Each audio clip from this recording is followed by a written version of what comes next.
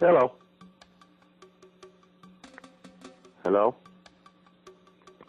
Oh, I keep talking the microphone's off. Hello. Hello. Hello. There we go. I've got things switched over to my earphone piece here. Audio nightmare. Pardon? It's audio nightmare day. Oh, is it? Yeah. Isn't that fun? Yeah, especially here at my folks' house because their internet access is only dial-up. Dial-up? Yeah. This is what year is this?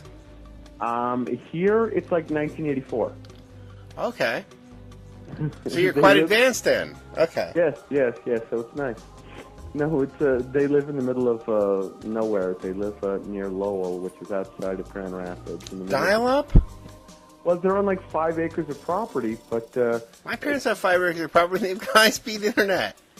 Yeah, well, no. Well, to be fair, they may own 5 acres of property, but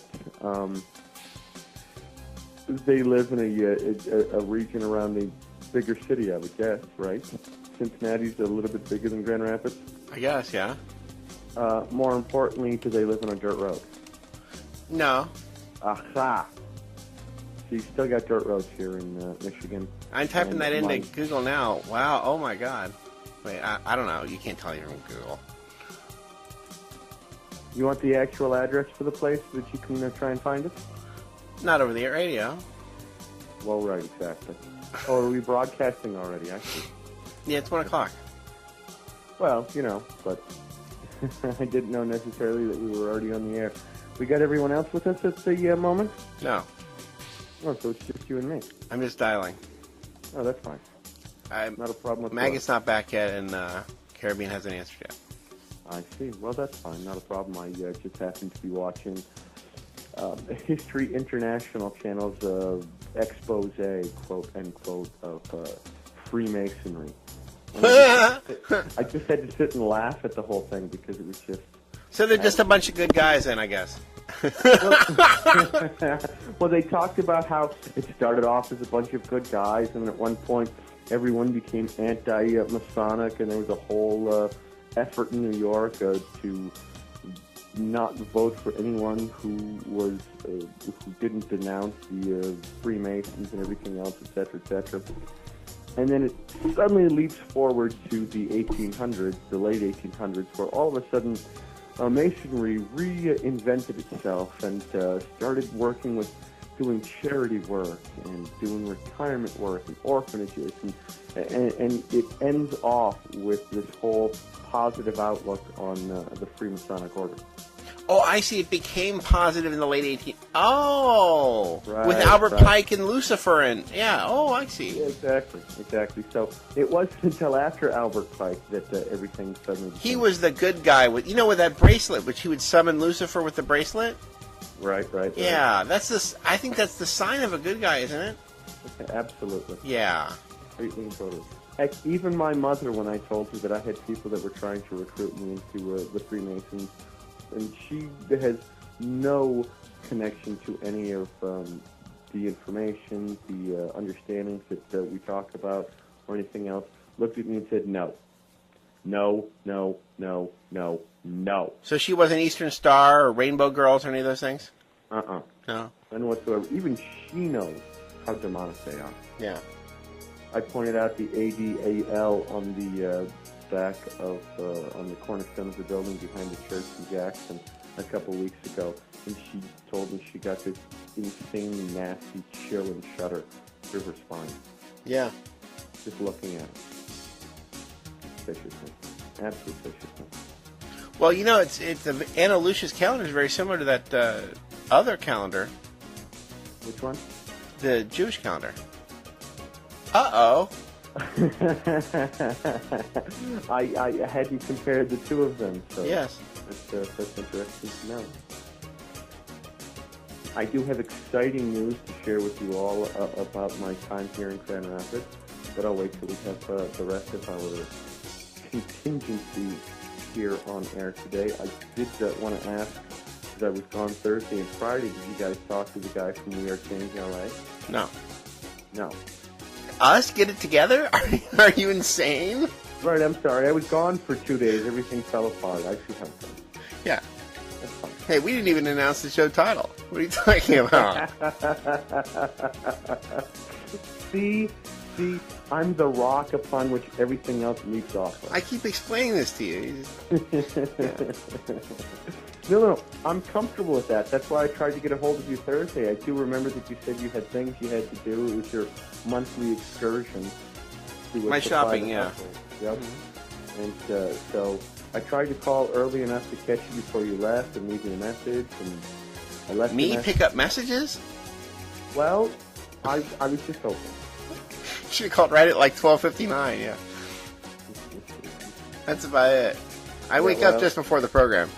Sure. Yeah, well, that's how it happens.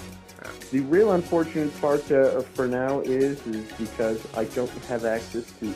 And my folks are looking at getting HughesNet, which is a satellite internet service. It's bad and it's expensive. I know it's bad and it's expensive, but they have no other choice other than dial-up in this area right now. Dial-up? They can't even get cable here. They have to have DirecTV or DishNet or whatever because the lines aren't run out here. They're lucky they have phone service. Yeah, but if they have phone service, it's possible they could get DSL. I have the number now, so I'll do a DSL check. Do a DSL check. They've been told that they can't. Okay. So it might just be that the closest substation is too far away. I know that it forced them to build substations up close, you know. Well, if it comes down to it, what I'll do is I'll just canvass the area and get enough people around here locally who all say, yes, we want DSL, yes, we're sick and tired of paying this extravagant blah, blah, blah, blah, blah, and then force the phone company or whatever to extend the DSL router locally so that everyone can connect into it. But that's providing that I'm here in their house long enough for that to happen. You are muffled. Is this a cell phone? Pardon? Is this a cell phone? No. This is the landline? You see, that's what I'm talking about. This is the landline. Oh my God! This is how bad it is. This is how horrid it is out here. Oh, I don't think DSL's in your future. Right, exactly. Now you see what I'm dealing with. If this is the landline, you're in trouble. You got a Dixie cup and a string. No, I don't even have a Dixie cup. I just have a string that I'm trying to vibrate with a Morse code rhythm at this point. Yeah, it's not working. Yeah, see? So, isn't that fun? I'll take it off the headset and see if it's any better with just the handset alone, but I hate holding that thing to my head. No, that's all right. But let me check and see if that's any better. Hold on a second.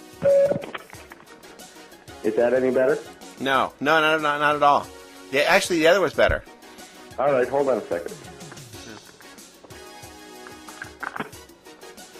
So I'm going to have to be updated on as when people are here, people are back, and that sucks. And so you're just going to have to tell me when we have everyone else. Dial-up. Oh no, yeah, I'm extra just averse to dial-up because I suffered dial-up so long. Sure. Oh my God. I wonder what happened to Maggot today. He was up today. I was up really late and he was up early. England and all that. Right. Different time zone. Because maybe it's his shopping day. Maggot likes to stay dry. You know what I mean, and understated and all that. But boy, I asked for a file and I got 50,000. I had to say, hold on a minute, I just need 2. I mean, he was so happy to give it to me. I thought, wow, it was a statement. I thought he's got me into this A View from Space. I really like this show. Yeah. Yeah, Spaceman. Cool. It's from Toronto. Really? Yeah. What's it about? This. Nice. That's awesome. Okay. I only listen to shows about the NWO. Yeah.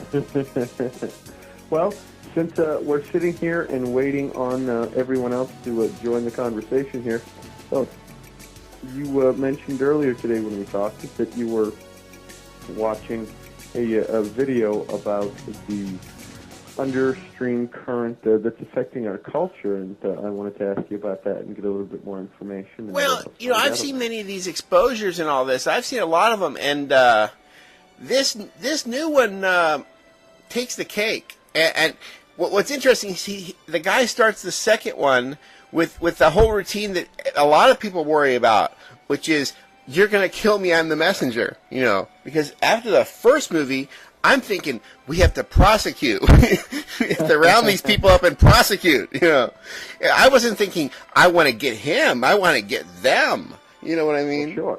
I mean, but I see where some people could take it the wrong way. This is the super gay agenda exposure movie, and I didn't want to buy that, but God, the way he decoded it. Okay, so fantastic. Celtic Rebel. Title, give me the rundown of the first film, and we'll go from there. Yeah, the whole thing was a 4-hour monster.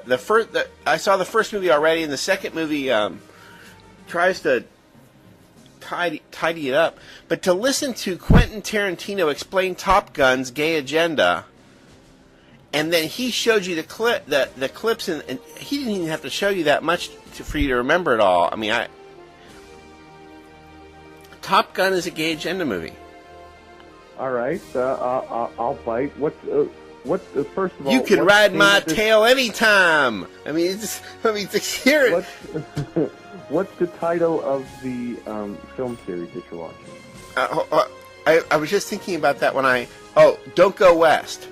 Don't Go West. Don't Go West. Fantastic. And you would think this is a hard topic to explain. Oh, he does it brilliantly well. Okay. Don't Go West. And apparently this Go West message is go gay. You have Route 66, and so the mouth of it is the entrance, and Santa Monica is the anus. So Chicago to Santa Monica. Oh, Chicago. Is that what it is? Yeah. Yeah, Route 66 starts in Chicago. Yeah, you'd think the song explains the cities, and I'm too dumb to remember the details. Yeah, you're right. You're right. Yeah. But anyway, yeah. What am I saying here? And the color scheme. Apparently, the blue hat, the way pink is used, and it's all decoded. It's hard to explain. Let me flip through it on the iPod a little bit. There's this one video. We've got 3 hours to kill, so. There's this one video they show where, after explaining it's not about turning you gay, it's about eugenics. Okay. The real gay agenda, it's not about gays. That's what the sick part of it is. None of it's really about that. Like I've explained many times with Fistgate and things like that. That's not the goal of it. The goal of it is, gay people don't reproduce. Right. Right. Now, to be fair, if a man wants to sleep with a man and a woman wants to sleep with a woman, as long as they're not trying to do it with me, I don't care. Right, but the thing is, they're better off not talking about it because it's been misused. Sure. You know what I mean? Promoted and pressed as being more than acceptable, to the point where straight men are becoming gay or experimenting with gay simply because it's suddenly socially acceptable and don't realize the influences that are being created on them. Would that be a fair assessment? Yeah, but to listen to some of the children, he managed to find YouTube clips, much like Lennon Honor did, where to listen to young girls explain that we all have a gay within us, or whatever. Just forget that. If I do it, I want it out right now. I want surgery. No. There's definitely not. Find that part and excise it. That's right. I'm willing to chop that off. Even if it's my pinky toe, get rid of it. I don't know. Oh, pinky ring. If you knew what pinky ring meant. I mean, what it's does just going on and on and pinky on. mean? I'm curious now. I've never worn one. I've always thought that they were the most ugly, hideous things in creation. Well, what he suggests that you run like hell if you see any guy with a pinky ring on. That you'd want to avoid that. The pinky is what enters the anus. Yeah. I have an exit only. Yeah. Artie Lang, the great Artie Lang, who has he tried to kill himself with a 13-inch knife, the serious wounds too. He explained in his stand-up comedy act. He says, "Is he afraid of gay sex? Yeah." and is he afraid of falling from a great height? So if you're gonna really want to scare him to death, you fuck him in the ass at the top of the Empire State Building. I mean, yeah. I mean, it's not that he's afraid of it. He's going to fight you to kill you. I mean, it's going to be a fight to the death, and he's going to win. Right? Yeah. I would rather fall off a high height than get raped in the ass. Yeah. Well, I mean, but the combination of that would be pretty terrible too. Right. Definitely. Yeah. Imagine getting fucked in the ass on the way down. Mm-hmm. Right. And then splat. Right? Yeah. But the at least you'd be dead before the guilt and the shame would kill you. Yeah. Only positive benefits. But they also, I mean, the number of clips the guy was able to assemble, including Pulp Fiction, including the children's cartoons with this message. What was the one about the brown? I don't know what. She kept patting her ass, or there was a linguistic joke in what was it? Curb Your Enthusiasm, where they made Larry David guilty of admitting to pedophilia as a joke, and it was done with words, but it was like, well, why the hell would you do that? And I guess that was the joke, but. Well, but it's not just a joke, it's to make it socially acceptable.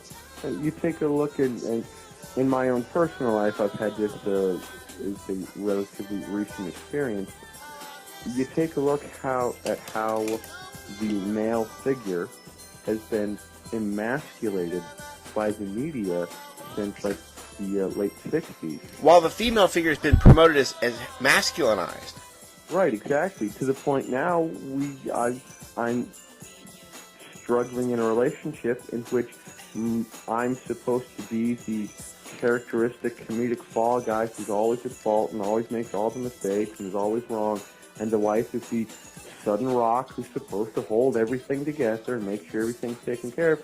And you contrast that with our image of the male-female dynamic in the early part of the 20th century and before, in which it was the woman who was always considered to be the flighty, irresponsible, trouble-causing. Like Lucille Ball. I Love Lucifer? I Love Lucifer. Did you realize that? Yeah, I did. Yeah. I did. But she was the one who caused all the problems and had to be checked back into place. And nowadays, it's people like, shows like I Love Raymond. Everybody Loves Raymond, in which Raymond is presented as this stereotypical Neanderthalic man who just doesn't get it, and the woman has to make sure that everything runs smoothly and fine and taken care of. And it's... Well, they promote the idiot father and the super intelligent children. Right. Yeah, that's another part of it. But Lucy was meddling in on the business. Right. I mean, he's just trying to run the club, and she's plotting there with Ethel all day long. How can we get on stage? Mm-hmm. I mean, that was the last thing he freaking wanted. Right. Yeah. So, I mean, we can see where this agenda is being pushed and operated, for sure. Oh, yeah. And it's being done to destroy the whole family unit. You destroy the family unit, and then children no longer have to worry about who mommy and daddy are because the state takes care of them. Right. And isn't that so much better? That way you don't have to worry about the emotional squabbles or anything else. Your children, that are nothing more than the combination of your sperm and their ovum, are going to go on to become great, productive citizens of the state. Well, that's always the lie, yeah. Right. I want out. You know what? I don't want out. I want revolution. No. A restoration. Ooh, there you go. Even better. A revolution is what the Marxists do. They want a revolution. See, we want a restoration. Thank you for correcting my language. Yeah, I didn't come up with that one. I don't care who came up with it, to be honest. That's pretty cool. Yeah, I know. That's a really great insight into how the whole structure works. That's awesome. See, they have us using Marxist revolution type terms all the way through, and people have really tried to get that, or at least remove that from our language, in this movement lately. Because once you find out you're still speaking their language, you don't want that. You mean like registering your name? Yeah. And it's applying a submission to be part of the world human society? Yeah. It's really interesting. I'm enjoying being here in Grand Rapids and away from the whole Jacksonite element and everything else, because sitting and discussing some of these things with my mother, my stepfather, friends that I have here in town. I'm in town 48 hours, and I've got my stepfather asking me, so how does this work with taxes? I have friends of mine who, after spending 4 hours sitting and chatting and talking with them, have gone out and downloaded and started watching all kinds of things and started checking out stuff. I have people who are willing to set up and allow me to host seminars and group sessions to start explaining and sharing this information around. I tried for 6-7 months in Jackson to get people interested and excited about this. I've been in Grand Rapids less than a week, and I have people crawling out of the woodwork who want to know about this. Yeah. Maybe it was just a particularly bad area. I think it's the thing that I found was most amusing. I was hanging out with a couple friends of mine this weekend, sitting around talking, chatting, and I thanked them for letting me come over and just vent for like 4 hours and discuss all kinds of things, because it's rare in Jackson that I get the opportunity to talk about what I want to, unless, of course, I'm on air with you guys. And they stopped and responded with, well, no, every time we talk to you, you always have something interesting to share. We've already started looking into some of this stuff, blah, blah, blah, blah, blah. I found out that one friend of mine that I've known for years, not only did she work in a lawyer's office, which I knew, but she's a notary public. Ooh. And I started sharing some of these things with her, and she starts going, oh, my God, you're right. Oh, my God, you're right. Oh, my God, you're right. And then she started relating stories in which she would ask things of her own boss, the lawyer, who would respond with a little sly wink and a smile and go, no comment. Because, of course, he can't say certain things because it would be a violation of his oath to the society he belongs to. But he knows how it actually works. The lawyer? Yeah. Well, they're actually supposed to do the opposite. But. Well, but if he was upset with the question, yeah, he'd just say, no comment, why are you asking? And that's not what he does. He just smiles, gives a little wink, and says no comment.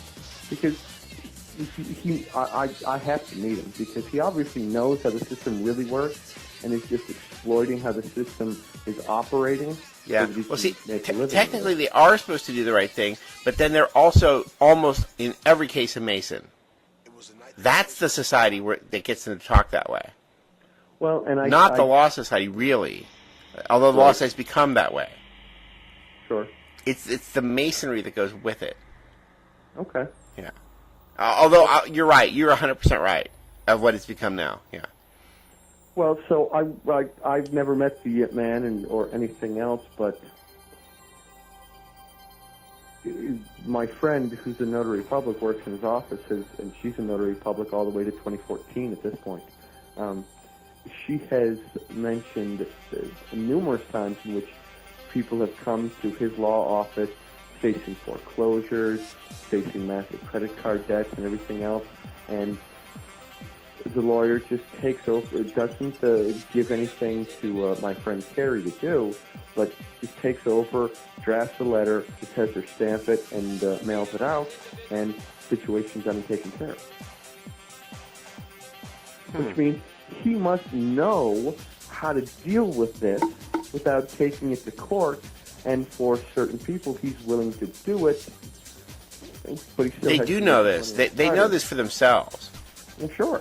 And they know it for, I guess, a few of their Masonic buddies. As far as I know, the people that came to him weren't Masonic buddies.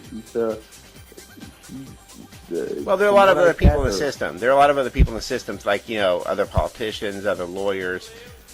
You know what I'm saying? There. And let us. I try not to say it, Jews.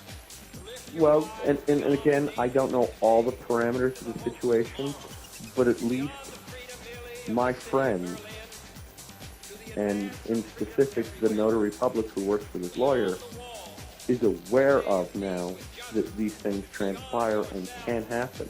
And it was just so refreshing to be able to talk to them and share the stuff with them and have them go, oh, that's awesome. And Knights of Malta, other political officials. There's a list of these people. Sure. I wasn't thinking earlier. Okay. But so Carrie is the notary public. Her husband Matt, that I've known since I was like 17.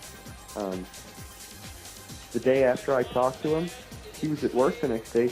He's researching and looking this stuff up online during lunch, and just starts talking with the people that he works with, and they're all interested and want to know more. And one of them made the comment, apparently, well, if this actually works and he knows all this stuff, he should put together a book and publish it and become a millionaire. And I responded to that with, no, this isn't legal advice. I can't get paid for it, and I wouldn't want to get paid for it. This is free. Nail him with your Mackenzie friend. We're all really enamored of that concept.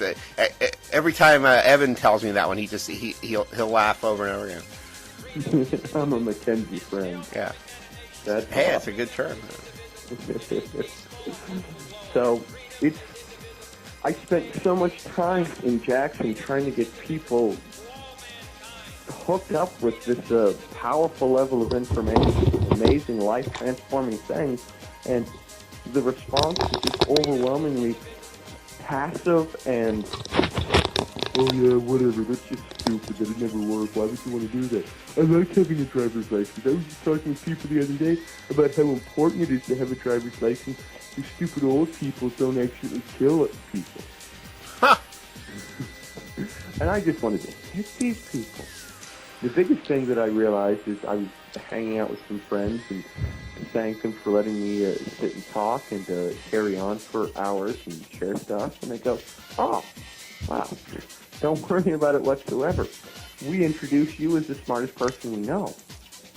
And I sat there and I told them, well, don't tell people that because I'm kind of an idiot. We've reached the idiocracy when they tell you it's 500 years in the future. You laugh at that because we're here now. Well, right, exactly. It's not 500 years in the future. It was yesterday.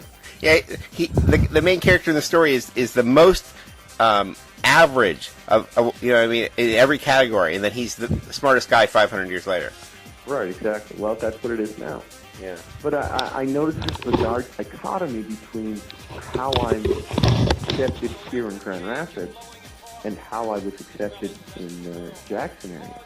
Here, when I open my mouth and start talking, people sit up and they listen and they think and they ask questions and they want to know more and they engage. And in Jackson, they look at me and go, oh, you think you're so fucking smart, don't you? Finding all these fucking loopholes in the law. What the hell's wrong with you? And the expletives went with it? Oh, yeah, definitely. That was a major part of it. Well, and I had to, in retrospect, sit back and realize that, no, I don't think I'm that smart. I just suddenly realized how dumb you are. Yeah. You can hear Caribbean Critic is hooking up his microphone now. I wonder what the noise in the background was. I was going to ask. Well, he woke up in handcuffs. He has to extract himself from it. He woke up in No, I was just wondering what the noise was. It seems like he's like Houdini, you know. His wife locks him up every night just so she can figure out a way to get out before he can get on the computer. Right, he's in a tank in a straitjacket with the handcuffs. He's free now. It's only me from overseas, said Barnacle Bill the Sailor. That's right, he's free now. Good afternoon, CC. How are you today? Me, I've made up my mind yet. It's very hot here and, I can understand and appreciate that. It's uncomfortable sitting with no breeze. I've switched the fans on, so hopefully... Oh, the sun's gone in now. Wonderful. You need to just hire some native girls to just stand with big palm readers. I'm sure the wife wouldn't mind. Polynesia, yeah. Why not? Good to talk to you. How was your weekend? Eventful and yet uneventful. Lots of things happening in the world of Freeman. Good. Helping guys from New York, helping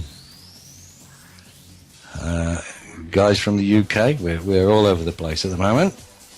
Well, that's fantastic. We'll get to that in a little bit here because I want to know what is being done. But nice to talk to you. Sorry I wasn't around Thursday or Friday. A little bit of a communication glitch, but glad to be back with you. Lenny tells me we haven't talked to the guy from We Are Change LA yet. Do we have any further updates on when we can talk to him? Not yet, no. The guy that I know over in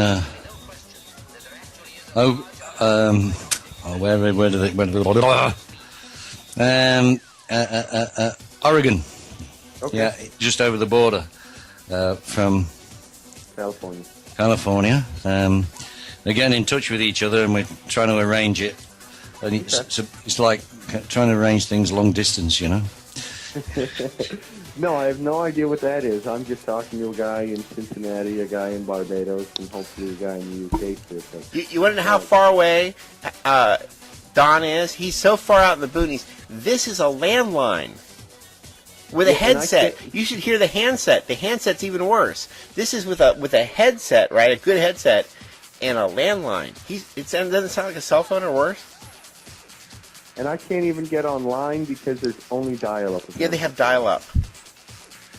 Dial-up? I asked him what year it was. Who's the CEO of Dial-up? Barney Rubble? Yeah. Fred Flintstone? No, Barney Rubble retired a couple of years ago. Bam Bam took over. Sad. So, yeah, that's where we are. However, I'm excited to be here in Grand Rapids. Or in the Grand Rapids area, because in the first 48 hours that I was here, I have sparked 2, 3, 4 dozen people who are interested in learning more, even to the point that my stepfather looked at me the other night. We were talking, I was sharing information, and he disagreed with me on some points that I'm pulling my notes together to give him the proof on. But he looked at me and said, so, if you can figure out a way to do this for taxes, I was like, why don't you just relax and I'll put together all my information for you and show you what's available out there. So I've found such a hotbed here. So I understand you've escaped the FEMA camp. Well, she called today. Oh. She hasn't spoken to me since Wednesday morning, and she finally called here today. But yeah, as of right now, I'm still escaped. I even have my mail being forwarded here, so my stuff should all arrive here, and she's going to have to make some rather major revisions. But I tell you guys, I must have told you guys one of the things that she said on Tuesday, in which she looked at me and said, I'm just hoping this Freeman thing is just a phase and you'll get over it soon. The Freeman thing's a phase. Yeah. Because personal sovereignty and freedom is a phase, right? Oh, these strugglings for freedom. Soon you'll give it up and go back to slavery. Right. Well, I think she wants slavery in two ways. Slavery to the system, but more importantly, slavery to her. Yeah, yeah. Well, how the slave master mentality works, and this was a Roman manual they brought to the Americas in the early 1700s. The woman is supposed to enslave the man for the slave master to keep the man down. Why does that make so much sense? Why is it that every woman that I talk to about this is antithetical to it, unless they're misogynistic women? Well, they're helping you. You see, you're crazy and would get in trouble and beaten by the slave master. So, in fact, by enslaving you, they are helping you to save your life. They think. Oh, isn't that nice? They're on your side. Yeah, that's it. You're on my side by preventing me getting beaten up for looking for my freedom. Yeah, if only they could feminize you and keep you in the house. How good that would be. Once again, I am an exit only. Okay. No entrance. We believe you, I think. I hope so. I don't really care if you do or not. Yeah. But so, yeah, I have removed myself from the female camp. That's I feel much better about it. that's good news. Yeah. When do they send in the? When does she send in Blackwater to drag you back? She hasn't done that yet. Yeah, I was waiting for you to be arrested and returned. Yeah, right. No kidding. Yeah. Well, I do have to call the local court in Jack. Have you put the notice in the local newspapers and things? You will no longer be responsible for her debts. Yes. I have not as of yet. You need to do that like Rapido. I understand that, but knowing the woman that I married,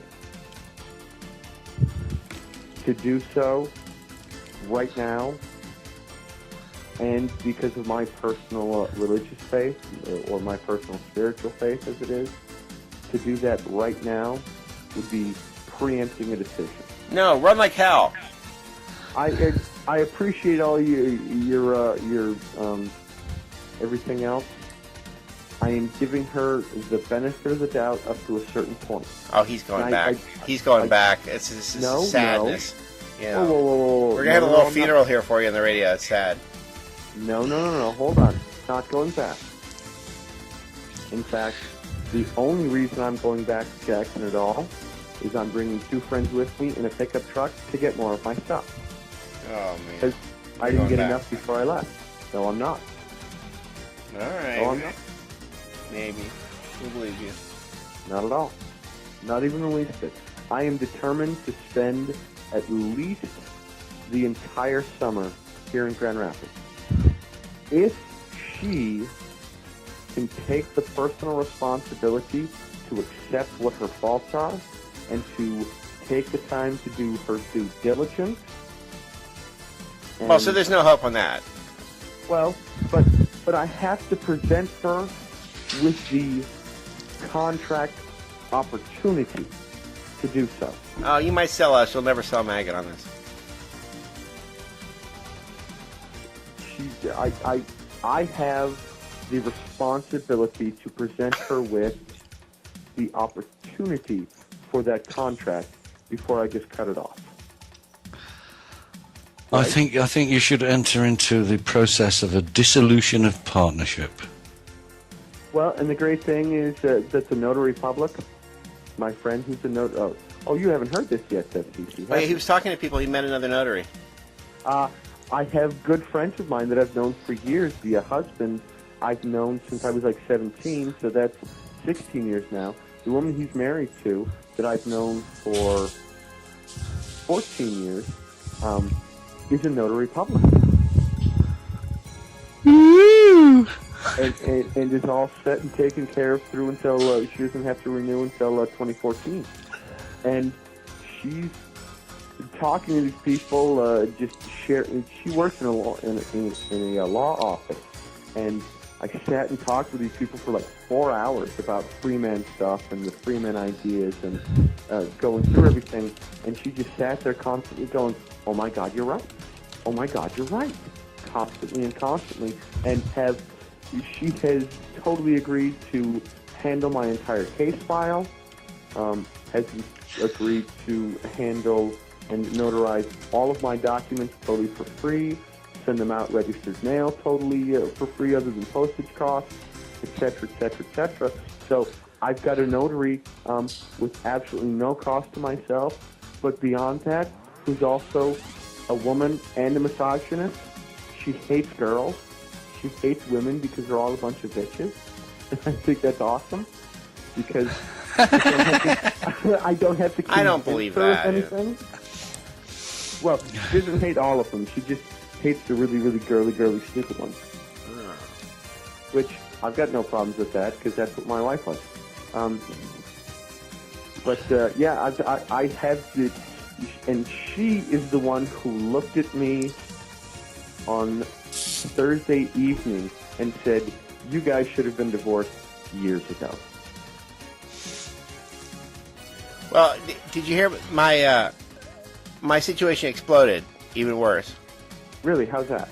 After they got their court order, I've worked out the dates and I've redone the paperwork just so I can make a nice PDF. I redid the scans. They sent me a full court thing with the preparing to go to some case. You should see the wording of the case. Apparently, I'm a squatter who forced my way in and locked the door. The charges are so ludicrous, and the exhibits that go with it disprove what they're saying already. But it's like fee, fi, fo, fum. I told you to get out. Now you must get out. That's basically the basis of their complaint. Yeah, but we found out all the different bits and pieces that relate to this case, and we can throw it straight back. Yeah, you never see anything so childish. This is a frivolous and fallacious complaint. Yeah, it really is sort of like fee, fi, fo, fum. I mean, it's that dumb. Sure. Well, and we have a paper trail to absolutely knock them into a cocked hat. And when we're going to go for a prayer, what was it? What was that word? Oh, I've got it here somewhere. Hold on. It was a Prayer. phrase.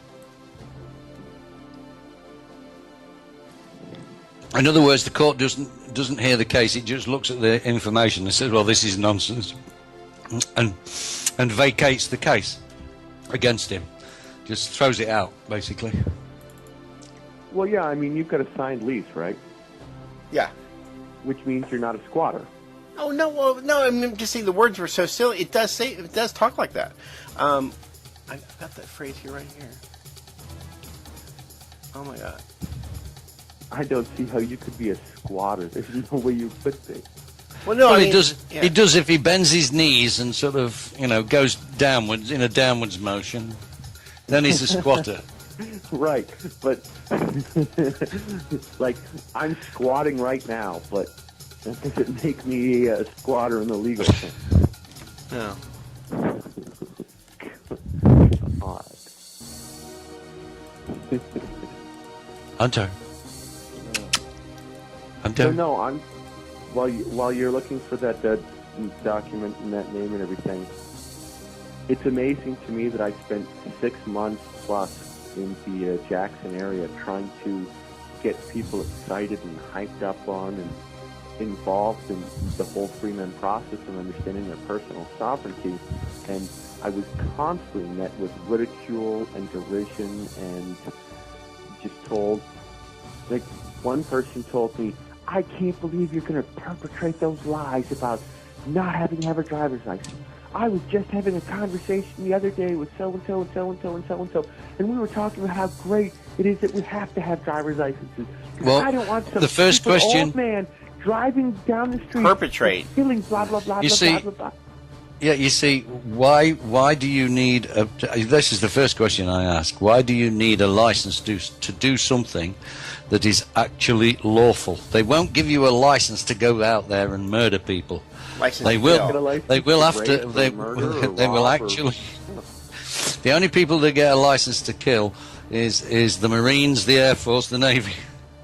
Yeah, right. The armed services and the CIA. Yeah. Yeah. So, they're only going to give you a license to do something that's perfectly lawful, like like a license to get married, a marriage license. Good grief. Well, but the concept that has been so imbued into people of lower levels of intelligence, sorry to say, is that a driver's license is an indication of your capacity and ability to follow the ordinances and provisions of the Michigan Motor Vehicle Act or the Motor Vehicle Act of whatever state you are currently living in. No, that's how they trap you with that system. Well, No, I mean, all you need, really, if someone wants to operate a motor vehicle, is a competency certificate, i.e., you're competent to use the machine. If that's it, you don't need a license, just a certificate of competency. Right. And once you've got that competence, it can't be taken off you. You can't suddenly become incompetent unless you go brainless. So it's something they cannot take away from you. A license, they can take it away from you. Driver's licenses. But isn't a driver's license, competency is part of it. And it ain't about getting you to agree. You've essentially pled guilty in the traffic situation. You've essentially pled guilty to all the ordinances and traffic rules and regulations before you even get into the car. Well, sure. Well, for example, I had when I was 16, 17 years old, one of my first jobs was at a Kentucky Fried Chicken fast food restaurant. And my manager lived in a town north of Grand Rapids. And he came in one day just flabbergasted out of his mind because he had been at the local Department of Motor Vehicles renewing his license or whatever, and the lady in front of him was renewing her license, and she was in like her late 70s, early 80s. He walked up and did first of all, did the written test, and the lady behind the counter graded out and goes, "Oop, one more gotten wrong, and I wouldn't be able to give you the second portion of this test, but we'll just quick change that answer for you. Okay, now look in the eye lenses there and tell me what you see online, blah, blah, blah, blah, blah." And the lady read them off, and the woman behind the counter goes, "Close enough," and renews this woman's driver's license. Why? Because the state wanted to collect the money for it. Had nothing to do with her. I was taking my driving test first. And his answer was, "Well, maybe you'll get a C." It didn't really matter. I didn't pass. The competency wasn't the issue. That's the lie. You know what I mean? Right. A driver's license has absolutely nothing to do with your ability to operate that piece of machinery. No, it's about tricks and games and getting you in the system and every other thing. I know people who have never had a driver's license that can drive better than I can. I know people who have driver's licenses that should never be allowed behind anything larger than like a tricycle.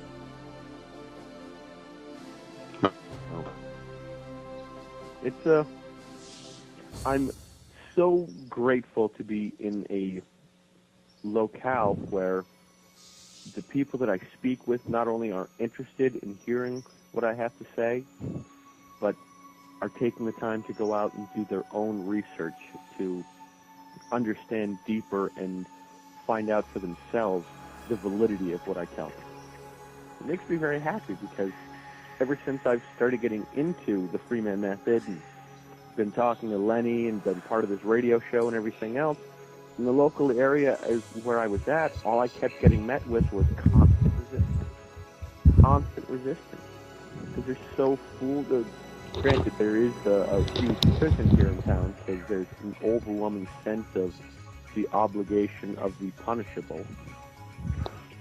But whatever. It was just a bad area. I'm just glad to be where I am right now. Very excited. Yeah. Very excited for me. So, I'm glad to have you with us, CC. I wanted to get your opinion on something, but before we get to that, why don't you clue us in a little bit about what you've helped people in New York with over this past weekend? Similar thing to yours, Don. A girl, Alice, name is. I think that you know them. They've received bills for medical treatment and other things, and it appears that these cases were heard in March, and they've only just now received the paperwork that the case is going to take place. So it's obviously took place in their absence, and now they've got bills, and obviously they haven't paid the bills because they didn't even know there was such a thing to pay, and now it's in the hands of a debt collector. So now we're asking the debt collectors to show them their contract, the contract that she has with them, and also, by the way, send an official invoice, an official bill signed by the financial secretary of the company who's demanding the money. Failing that, we can't pay until we get that bill, so we can then accept it for value, send it back. We've asked him to send an invoice with a remittance, you see. So we're trying to fool them into sending a remittance so that if they do, we can just cross it, sign it, send it back, there's your payment. Very nice. So that's that one. They have not heard a thing about the so-called traffic stop. And that's like now more than a week ago, isn't it? The police station, supposedly, she took it in personally to hand it in, and they refused to accept it because it comes through some central authority. So she went out there and gave it in to the central authority. I've just found this ticket, and it doesn't belong to me. There you go. So nothing from that yet. That was last week when she handed that back in, but over the weekend and Thursday, Friday, over the weekend, I haven't heard from them today, but I'm sure things will move along apace. But as Lenny's found, once you knock them back, they will keep trying different tacks. They'll try all sorts of tricks to try and get it to happen, and you just keep batting them away. At the end of it, hopefully, well, actually, it's probably a good thing that in Lenny's case that it's got to court, because now he can show the clear evidence and the clear chain of events that's taken place, and he does have all the paperwork to back it up and say, and just tell them this is a frivolous complaint and it's completely fallacious. It's a false complaint masquerading as a, falsehood masquerading as a complaint, because he's abided by all the terms of the tenancy agreement. We have parts of their memo and tenancy agreement. We're just going to circle it and say, look, they have to gain the consent of the tenant before they can get into the apartment, and they can only get into the apartment in an emergency otherwise. Right. And he's got the paperwork of the initial inspection just I think 10-11 days before, and so now we're invoking the tenant's rights to a peaceful occupation, which is part of business law, blah blah blah. And we've got all the paragraphs, title, everything down, the sections, the paragraph, Send that back to the court and say, look, coming every few days or few weeks to inspect the place is hardly allowing me peaceful occupation of these premises. Oh yeah, the right of peaceful occupation. It was quite. He has a right to it. Yeah. Sure. Well. So now we're going to claim that their lawyers, the lawyers for this housing project, condo, whatever you call it, are just making a frivolous and fallacious complaint, which will reflect back, by the way, on the lawyers. The court is likely to get quite nasty with the lawyers for making such a frivolous complaint. And the sheaf of documents that the lawyers have put in actually proves Lenny's case. For him, he doesn't really have to do anything. He Yeah, proves his every case. step of the way, they've included the wrong information that would help my side and not them. Like with their memo, it gave us the very section that told them why they didn't have reason to get in. And then here, the exhibits in their court thing. Your audio's gone some funny. Who, me? Lenny. Oh. I'll fix it.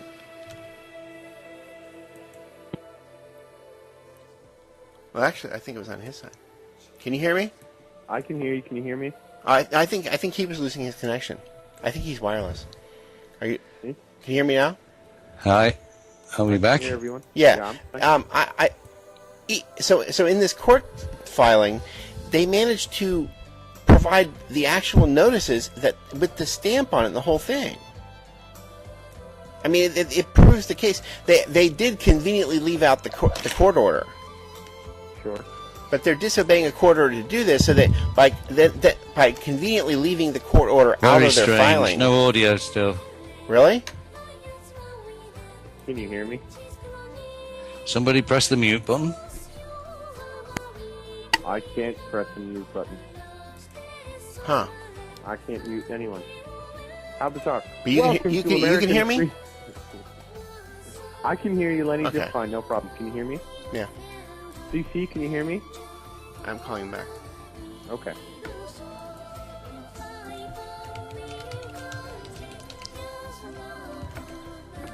This is crazy. I think it's on your side.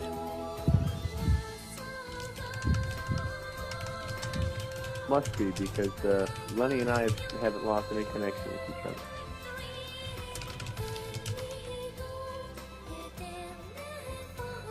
So anyway, hopefully everyone can hear me. I can hear a lot of typing in the background, so at least I can hear all of you. Slacky.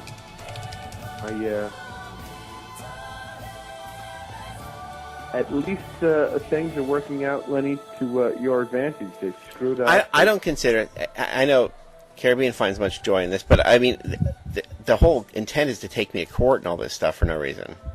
Well, of course it is, but their intent to take you to court when you've done everything right automatically places them in dishonor. Right, but you should see the wording of this case. It really is something. I mean, it's just ludicrous. I mean, I would be humiliated to walk in with this kind of a flimsy situation. Sure. Well, what they're hoping for is that the court will operate. I'm going to restart my Skype. Okay. Coming back in a few. How bad is the dial-up? Can I send by email or what? You can't send anything right. Well, you can. Oh yeah, you're on the phone. Oh my God. It's dial-up. You can't send anything to me right now. Right. You can email things to my Hotmail account, but I won't get them until afterwards. And if they're too big of a file, it'll take forever to download it and everything. Right. You want to see? You're looking to send me. How about psychic powers? I'll send it to you. No. Wow. I don't even think I can fax. Well, no, you can send it to my Hotmail account. You've got that, don't you? Or you can even send it to the Gmail account. I can get it there. Yeah. I just won't be able to access it until after the show. That's right. Okay. How about now? Yeah, we're fine. You okay? Yep. All right. Okay, so. Skype to something. Yeah. So where did we get to with the? No, just that they managed to kill their own case with the exhibits that they provided. Absolutely, they did, but it's a nonsense what they're claiming, because all the previous correspondence and paperwork shows that you have a tenancy agreement with them. You know that it's a lease. They've inspected the apartment a few days before. Everything is.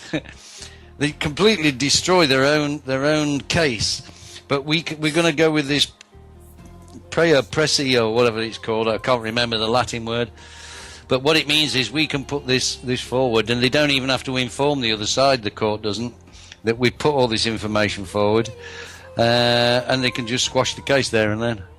Is it the term you're looking for? Is it in pria propria or prosia? It means I can't remember. It's evidence that's presented outside of the court to the judge. I'm scrolling through the backlog of our text here. Yeah. In propria prosia, something along those lines. I can't remember. I think it is, yeah. Something very similar, but basically what it means is you submit the information to the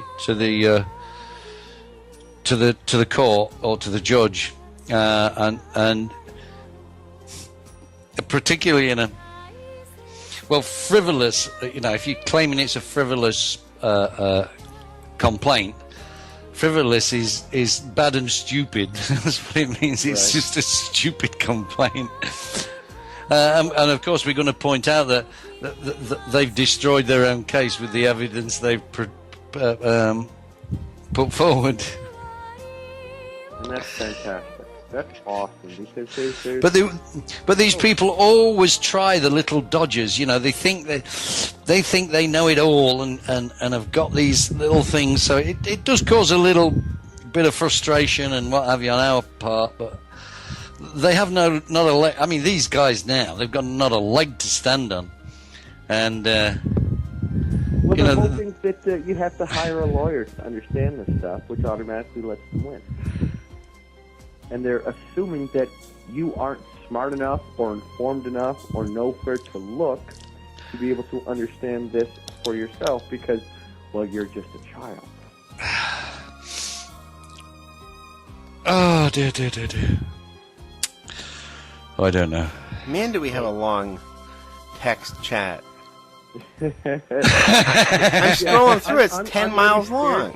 I'm really scared to get on Skype right now because if I ever do, it's going to take 2.5 hours to download. Yeah, by dial-up.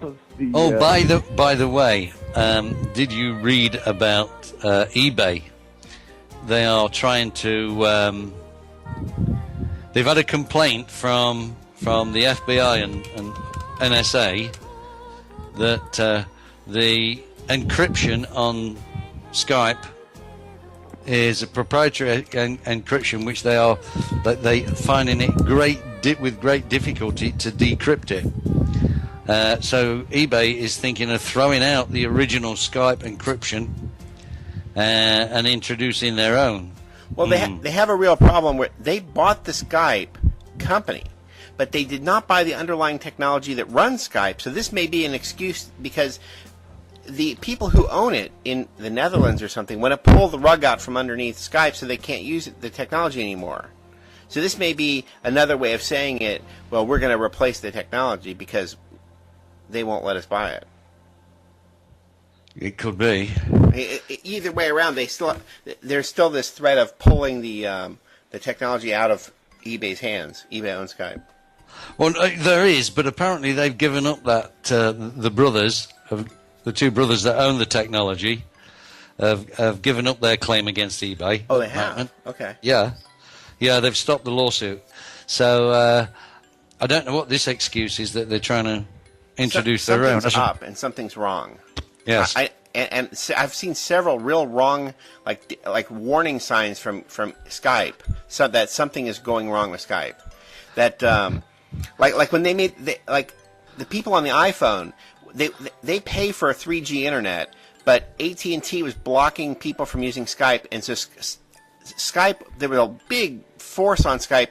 Let us make Skype to Skype calls over 3G network, and they said, okay, fine, we'll do it, but they didn't do it. But so now they put out a new version of Skype that says, well, we'll let you do Skype to Skype calls over 3G for the rest of the year, but then we're going to charge you for it. So they're going to charge you for a free service that's free in every other internet, including under Wi-Fi. It's free. Skype over the iPhone. They had the thing blocked, the mechanism blocked, so you couldn't do it when you were not on Wi-Fi. Wow. It's all nonsense, isn't it?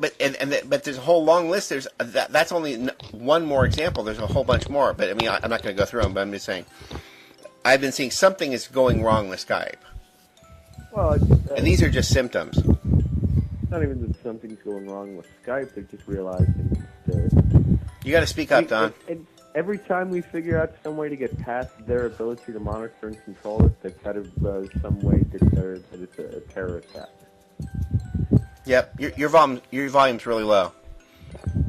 I'm sorry, microphone probably wasn't just right in front of my mouth. Is that better? Yeah. Okay, sorry about that. Well, yeah, even just your ability to speak is compromised now, too. No, certainly. You can't use Skype on a dial-up. I know. I'd make a comment into a microphone, and 25 minutes later, you'd finally receive it. Yeah. Ridiculous.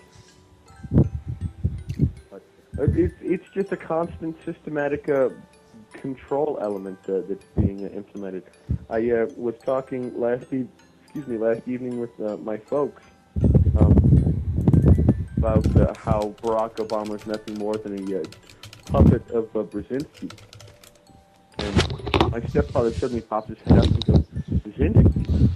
I haven't heard that name since the Carter era." And so, of course, I had just come across this brilliant political cartoon in the newspaper in which these two advisors are talking to Barry Soetoro and telling him, "Well, we need to get your poll numbers up. Just put a smile on and tell everyone that it's all okay." And the next panel has the two advisors standing there, and Barry is smiling, except his head's all of a sudden turned into Jimmy Carter with his big, huge smile. And then the final panel cuts back to Barry sitting there with his without the smile, and he looks like himself again. And his two advisors are going, "Oh." And all I can think is, do you really understand what that political cartoon is really saying? The mainstream news knows this, and I don't think they're supposed to mention it. This is the return of Zbigniew Brzezinski since the 7 terms of Bush Sr. Right. They've given the whole thing over to Zbigniew now to run. So, I mean, they're trying to do, they are so running scared right now. They're trying to do everything they can to get us all to be firmly convinced that they know what's best. Right, but there's no hope for that. Nope, no hope for that at all whatsoever. So, well, I think that your court case is not even going to wind up sitting in front of any kind of a judge. We still have to tidy up my notices so I can take them tomorrow. I cannot see anyone going, "Oh, well, look at that, we need to prosecute him." They're going to look at that and go, "Who the hell is wasting my time bringing this bullshit?" So, I imagine everything will be set and taken care of before the end of the week, and that's very exciting. And then classically, that's part of our claim, isn't it, Lenny? That these people are wasting the court's time. Right. Yep, wasting the court's time, wasting the public's time, wasting public money on something that can't even be prosecuted. Now, how do I avoid going in? Will they send me some notice that the case has been dismissed? Yeah, well, you're asking for the case to be vacated and voided. You know, no case to answer. But I mean, will they send me a reply? Yeah, they should do. The court will, yeah. Okay. They will have to. If they don't, that's a failure on their part to inform all parties. So we gotta get that in. The date on that is coming out. Well, speaking of dates and dates coming up and everything else, I did want to ask the opinion of those gathered and assembled, because I received a wonderful piece of paper, I may have mentioned this on the show last Wednesday, in the mail, telling me that once again the court claims that I still owe them money for an outstanding case. And many of you may remember that I had brought this up one of the earlier shows that we had done, in which I had called them back and spoken to them and told them that in order for me to discharge these things against me, they needed to send me a bill, they needed to send me a certified true copy of the original citation that bore my signature, and they needed to send me any other certified true copies of court documents that indicated the establishment of a contract or an obligation on my part that I consented to. And they sent me a letter telling me I owed the money. They sent me a photocopy of the ticket that only had the officer's signature on it. And then they sent me an improperly filled out order by a judge that wasn't even signed by him and was just stamped.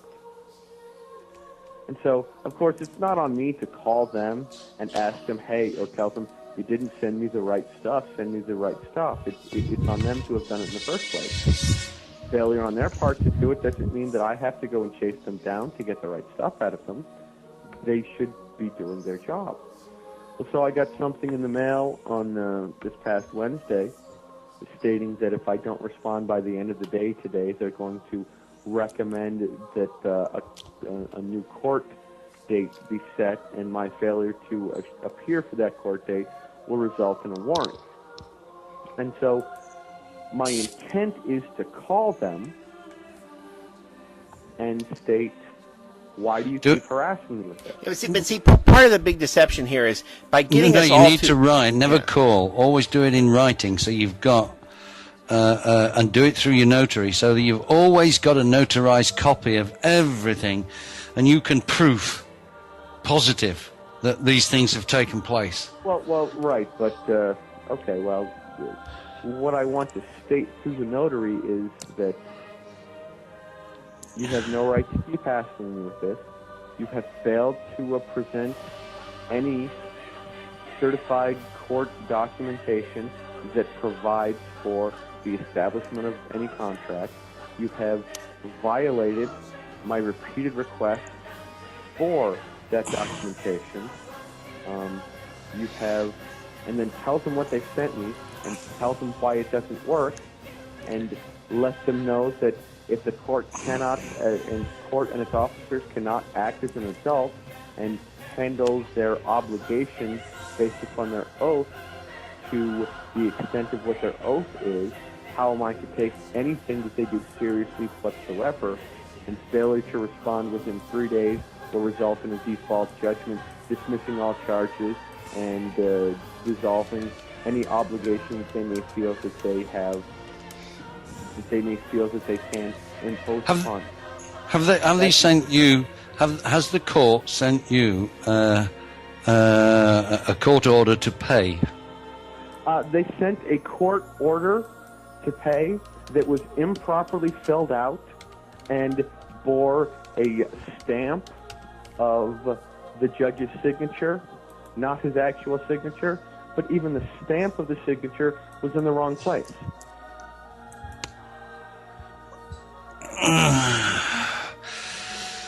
I don't know.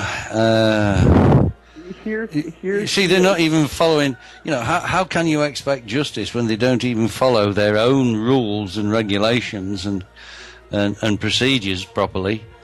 This could come from anybody. How can I take them seriously? Yeah, They're an exactly. obvious violation of their own statutes that are supposed to determine and dictate how they can. But who's trying to collect this money off you? Well, the court system. No, but they've passed it over to a debt collection agency, surely. No. This is the latest letter that I received. Court Services Agency Warrant Enforcement Unit, 401 South Jackson Street, Jackson, Michigan. So it's not the court; it's the service agency. So it's right. a private debt collection agency. Don't be fooled by the title. I'm not. It's got nothing to do with the court. It's a debt collection agency, and it's just the debt collection agency that the court have appointed to collect it. So they're a court-appointed agency. They're not part of the court system. They've just been contracted to obtain these funds from you. So it continues. Regarding case number, blah, blah, blah, blah, blah, blah, blah. Dear Donald Arthur Perry.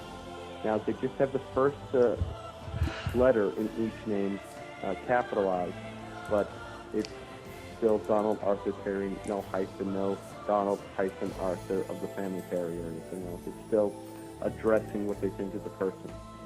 Please be advised that you have outstanding cases pending in the 12th District Court. These matters may be cleared up by contacting Emily Bradley at phone number today! Exclamation point. What, Emily Bradley? Yes. Where is she at? Available at the same phone number that's listed for the court services agency. So it's not even the court you're ringing? No. I'm contacting Emily Bradley at the court services agency. The agents of the court. Right. Yeah. Not even the right place. In most cases, all that is needed to resolve your case is to pay your outstanding balance of $240 on your case. Well, if it's my case, why do I have to pay any money for it? Aren't you paying me money? But beyond that, for your convenience, several payment options are available. If no contact is made within 5 days from the date of this letter, which is unfair because the date on the letter is 6/22. Yeah. Well, but tell that agency they have to send a bill. Well, that's what I with did a last remittance. Time. With a remittance. That's already what I did last time. That they sent me one of these, and you know what they sent me? They sent me a letter telling me what I owed. I told them you need to send me a certified true copy of the original citation or any court document that bears my signature indicating consent. You know what they sent me? A photocopy of the original traffic ticket that doesn't have my signature on it, just has the officer's signature on it. And any other court documents that you feel may be pertinent to this case, provided they are certified true copies, original. Well, I thought they were trying to collect some money for this medical. Oh no, that's somebody else entirely. That's somebody else entirely. This is I've got traffic. people coming at me from all. This is a traffic. This is something from almost 2 years ago at this point. What, the traffic though? Yeah, this is something from almost 2 years ago at this point that I've already taken care of. That I already paid off, and every 6 months they tell me I still owe them money. And I challenge them and tell them to send me everything that's necessary, and they don't. And I refuse to acknowledge or respond because they haven't done what I've asked them to, and 6 months later they send me something else. Well, so you need to send you want the actual bill, an invoice with a remittance slip. You need. Yeah, I want a bill with a remittance slip so I can send that back to you. Yeah, so you can pay the balance of this bill. So the letter continues with, if no contact is made within 5 days from the date of this letter, I will make a recommendation to the Chief Enforcement Officer that a show cause for you to appear in court be issued. Your failure to appear can result in a warrant for your arrest. In order to find out how you can take care of this matter and prevent any further enforcement actions, you must call me immediately. So well, how can they threaten you with arrest when all they've got to do is send an enforcement out to collect the money from you? It's nonsense. Well, right, exactly. I'm being placed under duress, and then I'm told you must call me immediately, which we all know means may. Must means may. Exactly. And then it tells me at the bottom of the thing, driver's license is suspended. Well, that's fine. So I can't operate a commercial vehicle. Okay, I don't. You won't drive for Walmart. Yeah, I won't carry passengers in my car. I won't apply for a job as a courier using my own vehicle. I won't drive a big rig truck or anything that has advertisement on the side. Okay, I'm fine with that. I didn't anyway. Yeah. So I want to call them this afternoon and tell them. I would just call them. You've not sent me a proper invoice so that I can zero the balance, and then till you do, I'm at a loss as to what else I can do for you. You need to send me the proper paperwork, then I can clear the bill. Well, you've last just. time I told them to do that, I said, you send me this stuff, and I will be more than happy to discharge it. And the lady got pissed off at me and responded with, discharge it? You'll discharge it. fine. It'll be in the mail by Friday. But they And then won't they and sent can't me do not that. a bill, not any. They didn't send me anything that I told them that I had to have. They sent me everything else but. Well, she agreed, but she doesn't have the I hope authority you've to got agree. all these letters when you send these things off. I hope you've got them all notarized and sent off to them. Oh yeah. Oh, well, you can just show that to the court if they do try and get you into court, which I doubt they will. It's been going on for a year already. This is the problem. When they know you've got the evidence, they just keep threatening you and trying a different way of threatening you every time, and nothing will happen. Since I've been talking to young Evan and we've been going through his things, nothing's really happened. No.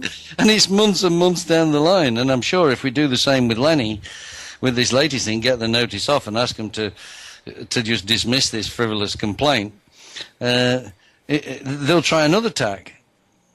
Well, sure. No, absolutely. Keep trying until until you break down.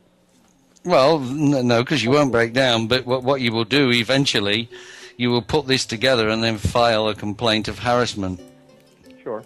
My parents, as of course, missing the point as always, had an independent bug inspection here today, thinking the bugs were something that was just a frivolous thing they threw in at the end. So we actually this morning had a separate bug company come and look, and she didn't find anything either. The original Permakill was here because I let them in. They didn't find anything. So I forgot the name of the new company. They didn't find anything either. And you have they signed off on the something that states that they didn't find anything? I'll get the paperwork. She's got it. Okay, well, get the paperwork. Make sure you. But I mean, we had everything the else. bugs wasn't the issue. That isn't even mentioned in print anywhere, except where I mentioned that was their desperate claim at the door. But that they've never actually mentioned that in print, as a complaint, because that's not legitimate. They know that their guy got in. God. That's just a desperate thing. But I'm just saying, as always, missing the point, my parents had an independent bug inspection. Sure. Just want to make sure for your own safety. What your parents? Where did they have the independent bug inspection? They don't. But the landlords approached them because my aunt also rents here, and my parents take care of my aunt has had a stroke. They thought they could just go to somebody else and go around me or something, Anything to get their way. The point is to enforce their authority. You know what I mean? It isn't. The whole thing. They don't have any legal basis here. They just said you're leaving. That's all that. It's. That's why I describe it as fee fi fo fum. I mean, it isn't. They don't actually have any legal basis. It's so ludicrous now at this point. I mean, they claim I came in and locked the door. I'm a squatter. I mean, that they should see the paper. Yeah.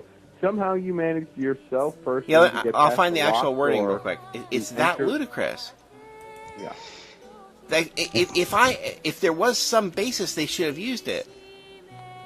It's not. It's not ludicrous. It's frivolous. Yeah, and then they returned the check, the rent check, and then they claimed that they're doing a fair debt collection notice. That's one of their claims too. I mean, if you don't want the money, you don't want the money. They returned the check because they want me out. Yeah. So they. If they were. So why don't you go down there, Lenny? I would honestly. I would go to the bank, put that, tear that check up, go to the bank, take the money out, and offer them cash. Yeah. It says, defendant entered said premises as a tenant and has either entered into an unlawful or forcible entry and detention, or an unlawful and forcible detention after a peaceable or lawful entry of the described premises. Whoa, back up. The first statement to that again was what? A defendant entered said premises as a tenant. Stop. Defendant? Why are you a defendant? I never identified myself as a defendant. I'm just saying I'm reading the paper. So that's fraudulent right from the get-go. Congratulations. They're accusing you. Yeah. Let them drag you in court. They have to accuse you in court.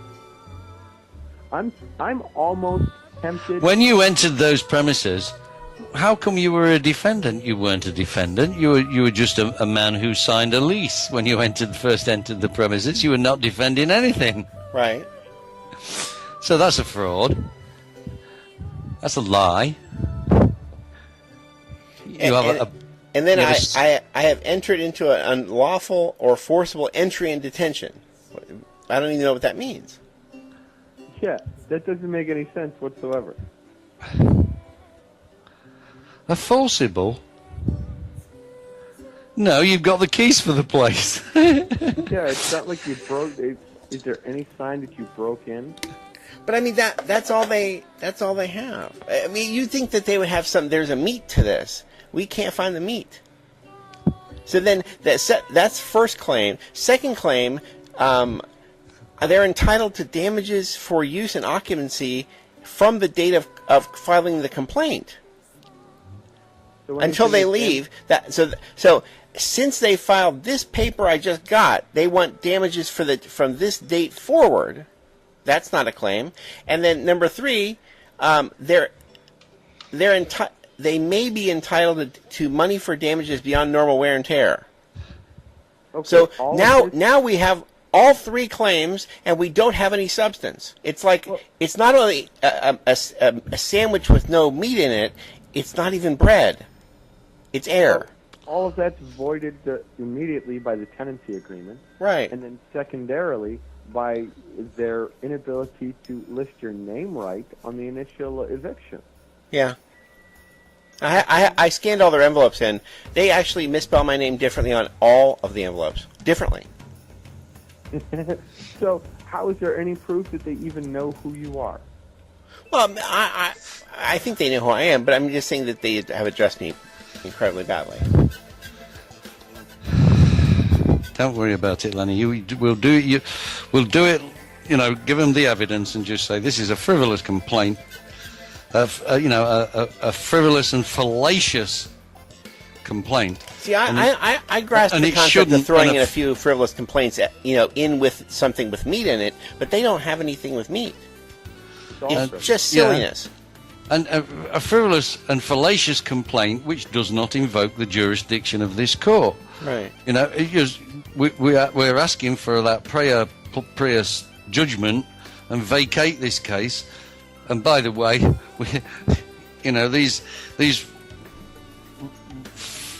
this firm who's acting in such a who would take such a case, a frivolous manner, should also be questioned, Yeah, they should be looked into seriously. Yeah. Sure. Well, and that's why in my situation here with this continuing... Speak up a lot louder.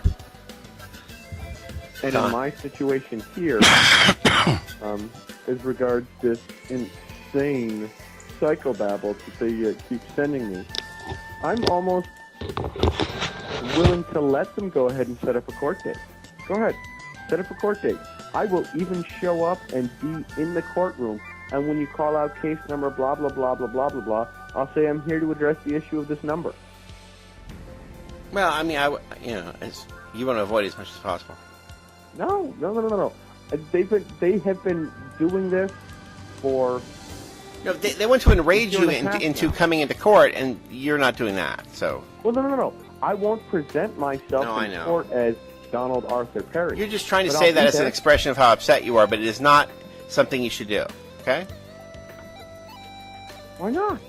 Why not show up and let them say we'll now hear case number blah blah blah. So all they have to do is frustrate you into acting according to how they want? No. No, see what I'm saying? No. I understand what you're saying. The difference being is that I'll show up. Go ahead. You want to prosecute this and take care of it? I am willing to allow you to go ahead and do that as soon as you accuse me. Accuse me. Anyway, Lenny, I think is part of our thing to the court and to the we should say, well, yeah, of course you are willing to vacate the premises, not be evicted. You are willing to vacate the premises on condition that they pay you $130,000 to purchase a new house or a new abode or whatever you like to call it, a new a new habitat. Yeah. Yeah, of course you're willing to vacate if they so desperately want it back. You know, but you've abided by all the rules and regulations of the tenancy agreement. But the cause here is that I didn't do what they wanted. They didn't have a right to ask, but I didn't do it, so I'm out. You know. Yeah, but that's immaterial. I mean, they can't force something on you outside. They feel like it. Yeah. Yeah, outside their original contract with you, which is, you know. And they're disobeying a court order at this point. I mean, for them to have filed after receiving the court order, it's a deliberate disobeying of the court order. No, I'm sorry, I didn't catch that. They received the court order. The notice of estoppel. I didn't realize that you would have filed it. Oh, we finished. We went all the way through the process. Even at the bank, the notary at the bank was talking to me on the side, and she was saying that she had heard that the notary could be a judge in certain circumstances, but the bank had told her that will never happen. And so, since it did happen, she went over to the other tellers and the other people she knew there, because she's one of the people in the office there. Like, she's not at the teller window. She says, I'm a judge. She was showing my paper off, just waving it in their face. Yeah, I'm a judge. Because they had told her this could never happen, No one knows about these methods. No one would ever use this, I bet they shut down the notary service at Fifth Third Bank as a free service. Someone actually figured it out.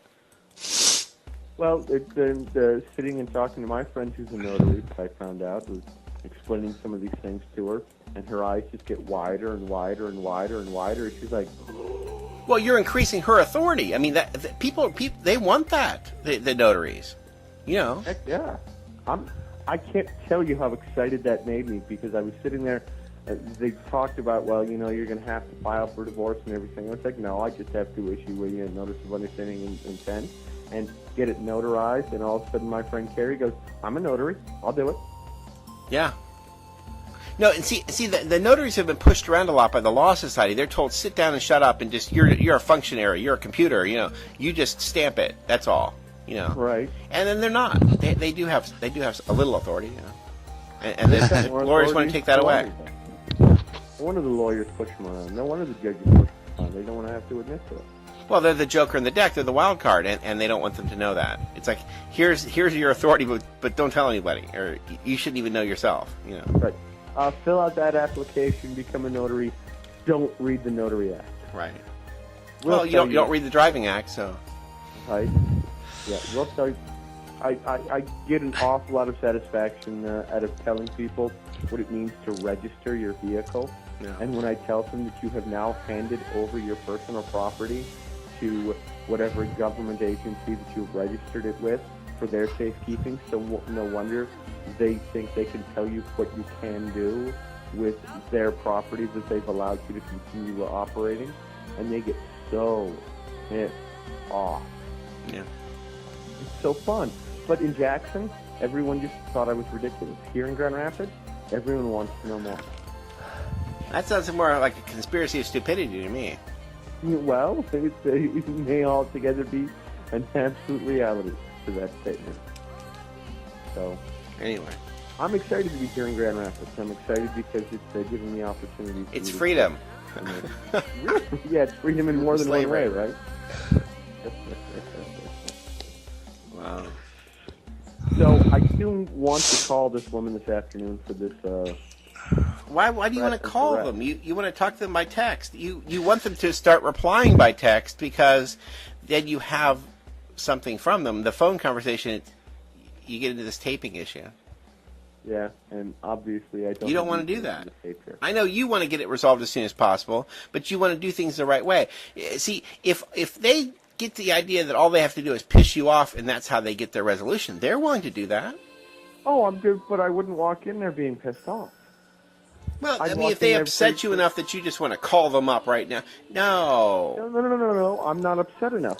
Here's what I want to do. I want to call them up and say, I really wish that you would stop harassing me about this. You have failed in your ability to do what needs to be done. I am offering you one final chance.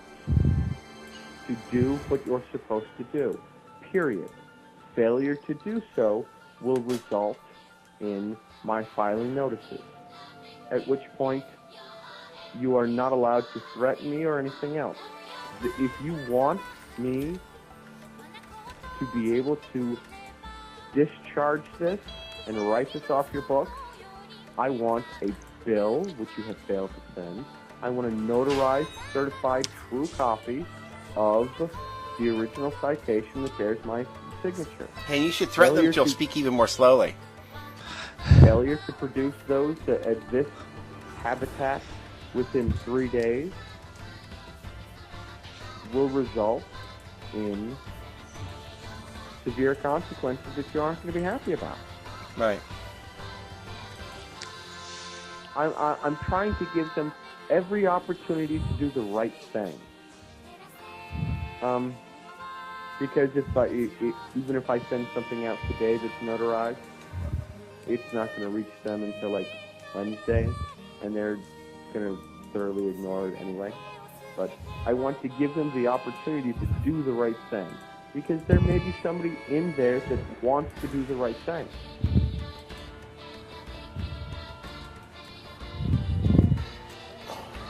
Unfortunately, this is the same person that I was told to talk to last time. That's Bradley.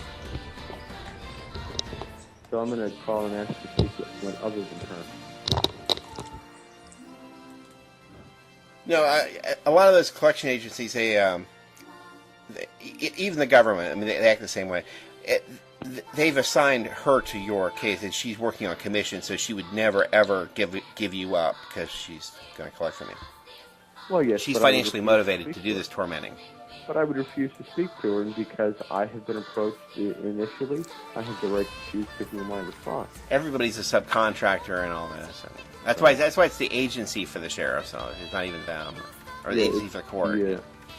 The court services agency of the warrant enforcement unit. It's not even the right group, you know. Right. Well, and the thing, too, is that if they really had anything that they could prosecute me on, and this has been going on for 1.5 years, if they had any validity to their claim, why haven't I had a sheriff's officer at my house? No, it's the same intimidation factor as when the police call you and they say that they want you to donate to the police basketball charity or whatever. That's the same intimidation trick. They use the authority of the police, so-called authority, to then get you to donate. Are you afraid? Maybe we'll come to your door. You know, I mean that's what they're implying. My favorite way to answer those questions is I'll even answer those phone calls, and they'll say, "Hi, I'm so and so from the Michigan Sheriff's or Michigan Police Association, and we're looking for so and so. Well, I'm commonly known as Don. How can I help you? Well, sir, as we're looking at our next fiscal year, we're looking at blah, blah. I go, oh, I'm so glad you called. Are you calling to send me money? No, you don't want to play games with them. They're criminals. No, I say, are you calling to send me money? And they go, no. Really? Because I'm really broke and I could use money. I was actually calling because, we were looking for money. Oh, so we're in the same boat. Sorry. Yeah, okay, but... I love doing that to them. It's so fun. It's like, oh, I'm so glad you called. I'm waiting for my check. Have you sent it out yet? I'm glad you all enjoy this so much. I just don't. I refuse to be intimidated by it. I'm not intimidated. I just don't enjoy it. The worst thing they could do is kill me, and then I don't have to worry about it anymore. Oh, well, see, my old friend in the UK did exactly the same when they offered him these contracts written contracts for antisocial behaviour orders and what have you. He says, oh, thank you, I needed one of those. Not that I'm going to sign it, but oh, thank you. And they tend to look at you weird. Why would you want one of them? People usually fight over these, I don't need any of that sort of shit. They're trying to push him away, and he grabs them with both hands and snatches them out of her hand and says, oh, thank you, I needed these. Right, I accept this. This is a great contract. I'm not signing it, but I really want to read it. Thank you. Bye-bye. More or less what he did. Were you waiting for something else? There's somebody next door, possibly, or down the street. Bye-bye. Oh, dear. There are real crimes going on somewhere. And Right. they don't care about that, you know. Why are you wasting my time? Yeah. Well, it's like in easy for you. I'll accept for everyone on the street. Why don't you go prosecute someone who's committing a it's crime? really weird that you're quite right, Lenny, because in the UK, right, if you are a criminal, guns and ammunition and everything is so easily available. But if you're an ordinary man on the street, you're not allowed to have a handgun. You've got no chance of coming into contact with anybody who can offer you that sort of Protection. yeah. So, but if you're a criminal, it's not a problem. You can get as many guns and ammunition as you want. Yeah. Well, the major news media organizations have even done studies here in the U.S. in which you go in to buy a handgun legally, and you've got a 5-day waiting period, and then the same news media person with an undercover camera has been able to buy a gun off the street in like 20 minutes to an hour and a half. Absolutely. Criminals aren't walking into a gun store saying, man, I'm going to go rob a bank. I need to go buy a registered gun and ammunition from... No. Gun laws don't do anything except give criminals more incentive. Well, they hide the criminality and expose the honest gun owner to criminal prosecution at any point in time. First thing we do, let's confiscate all their guns. Well, and there is they love to promote this pirate thing and criminals that are the idea that they're independent operators is ludicrous. You're not doing evil by yourself. It's a hierarchy of evil. If you're going to do good, you're by yourself. There's no help, and you're crazy. But the so-called pirates from they were all enforcers for the British East India Company. Sure. They wanted to see if you had a license to be carrying this stuff. You have a license to be on the ocean. Yeah. Privateers. I mean, Let's not call them private. Let's not call them pirates. They're privateers. Right. Yeah, under several little contracts to Queen Elizabeth and the as you said the East India Company. Well, actually, the East India Company were the privateers. The East India Company were the privateers, and I mean they were just robbing the trade routes left, right, and centre. Sure. And a lot of them were actually these so-called pirates were ex-Navy who after they'd had their little war just got tossed out onto the street. We've got no job for you anymore. No. It turns out a lot of the pirates, the ones that were listed in the stories as pirates, they were the enforcer for the British East India Company. Yep. They when people described them as pirates, didn't know that they were the officials. Because they're on the open water. I mean, and then when you didn't have the license to carry the stuff, they would take your stuff. So it's like highway robbery, but Well, it's the same thing. Yeah, but at the end, if you get pulled over and you fail to produce a driver's license, registration, insurance, that's the same situation. Else, they impound your vehicle, they lock you up, they whatever, or they demand that you have to pay money to a third party, which is the same thing. But see, they're selling it to you as freedom. They keep selling it to you as these people are lawless and free, and they're the free people, and you need to be locked down to. Right. The problem with that particular scenario at the end of all this, the privateers, the enforcers for the East India Company, were all taken to court and hanged by the neck until dead. Yeah. Thank you very much for your time, lads, and all the money you've given us, but there we are. We're hanging you by the neck till you're dead. Yeah. Thanks a lot. Well, they're of course they get their own people first. Men down. Ask what happened to the black shirts of Nazi Germany. They had broken the law. They had to be arrested and punished. Well, they helped them get into office, but that didn't matter. The terrorist thing that they've been pushing and running through Congress. All these different people that could be and should be looked at and suspected of terrorism. First on the list is former military. Well, but also the White Russians were seen as criminals. They were the ones that helped get them into power. I mean, they have a regular basis of getting their own. You're in the most danger if you're helping them, you know what I mean? Well, sure, of course. The people in the most danger first are the ones who are helping at a lower level. Right, because they're the first ones that have access to... You know what the definition of terrorism is, of course? Political influence through threat of violence or violence? Is the systematic use of threats, terror, or if you feel coerced or what have you, especially by governments. Oh, so the American government's a terrorist? Yes. They sent you threatening letters just over this traffic thing, didn't they? Yes, they did. That puts you in fear and dread. That is terrorism. Absolutely, completely. It's total terrorism.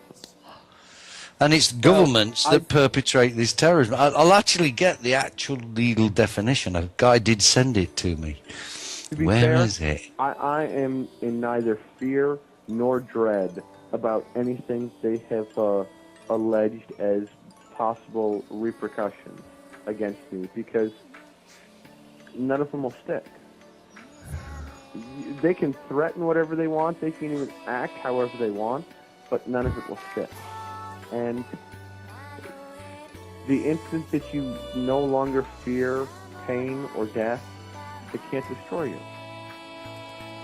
It's like you said, CC. If you aren't already completely free in your own head, you'll always be a prisoner. But once you are completely free in your own head, they can lock me in chains and toss me into a box. Oh, I hate this. When you say this, it's just completely out there. It's not. It's absolutely fundamentally true. Freedom is a conscious state of being. You could lock me in chains. Doesn't change that I'm a free human being. They don't have any fear of doing that. They will come shoot you. They're crazy. They're criminals. Let them. That doesn't bother them. They're nuts. But my fear... Go and tempt them, crazy man. They don't care. Well, no. I don't have to tempt them.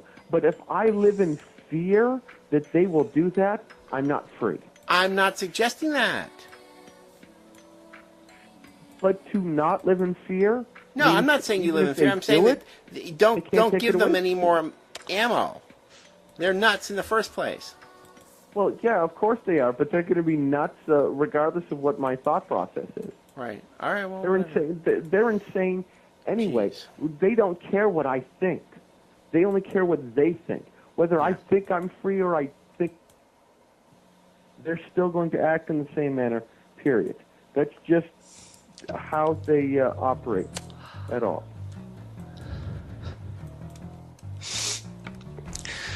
To quote from Thomas Jefferson, when government fears the people, that is liberty. When people fear the government, that is tyranny. Yeah. Mm-hmm. Absolutely. Ronald Reagan says recession is when your neighbor loses your job. Depression is when you lose yours. It all has it all comes down to perception. It all comes down to how you look at it. If you're in fear of your government, it's tyranny.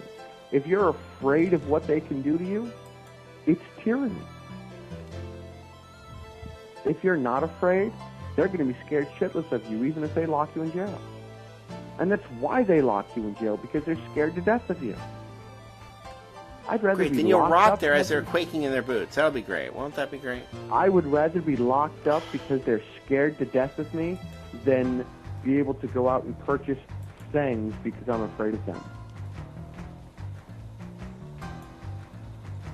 I would rather die because they're scared of what I am going to do than live until I'm 90 doing what they want. Period.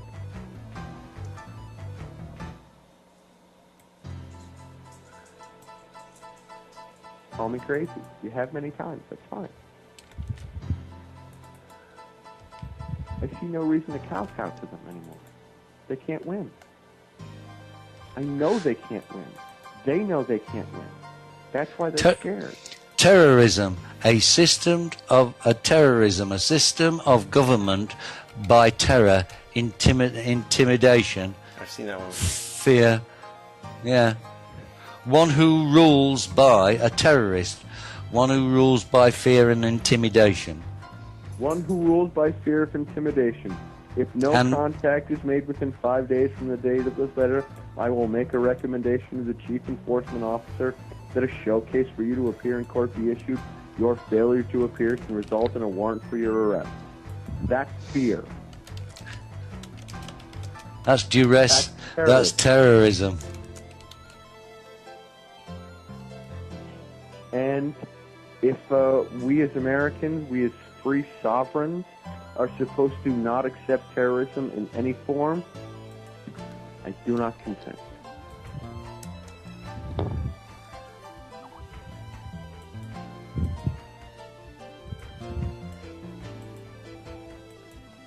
Better to die in your feet than live on your knees. All right, but we're going to help you get some other wording because this is not good.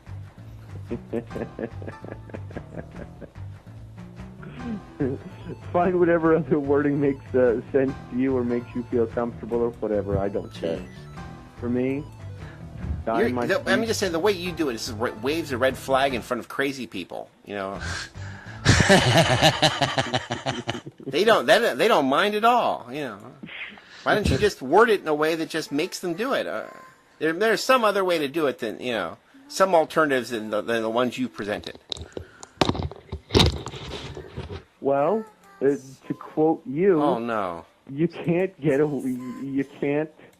not be willing to defend yourself. I'm not saying that. You're strawmanning me to death.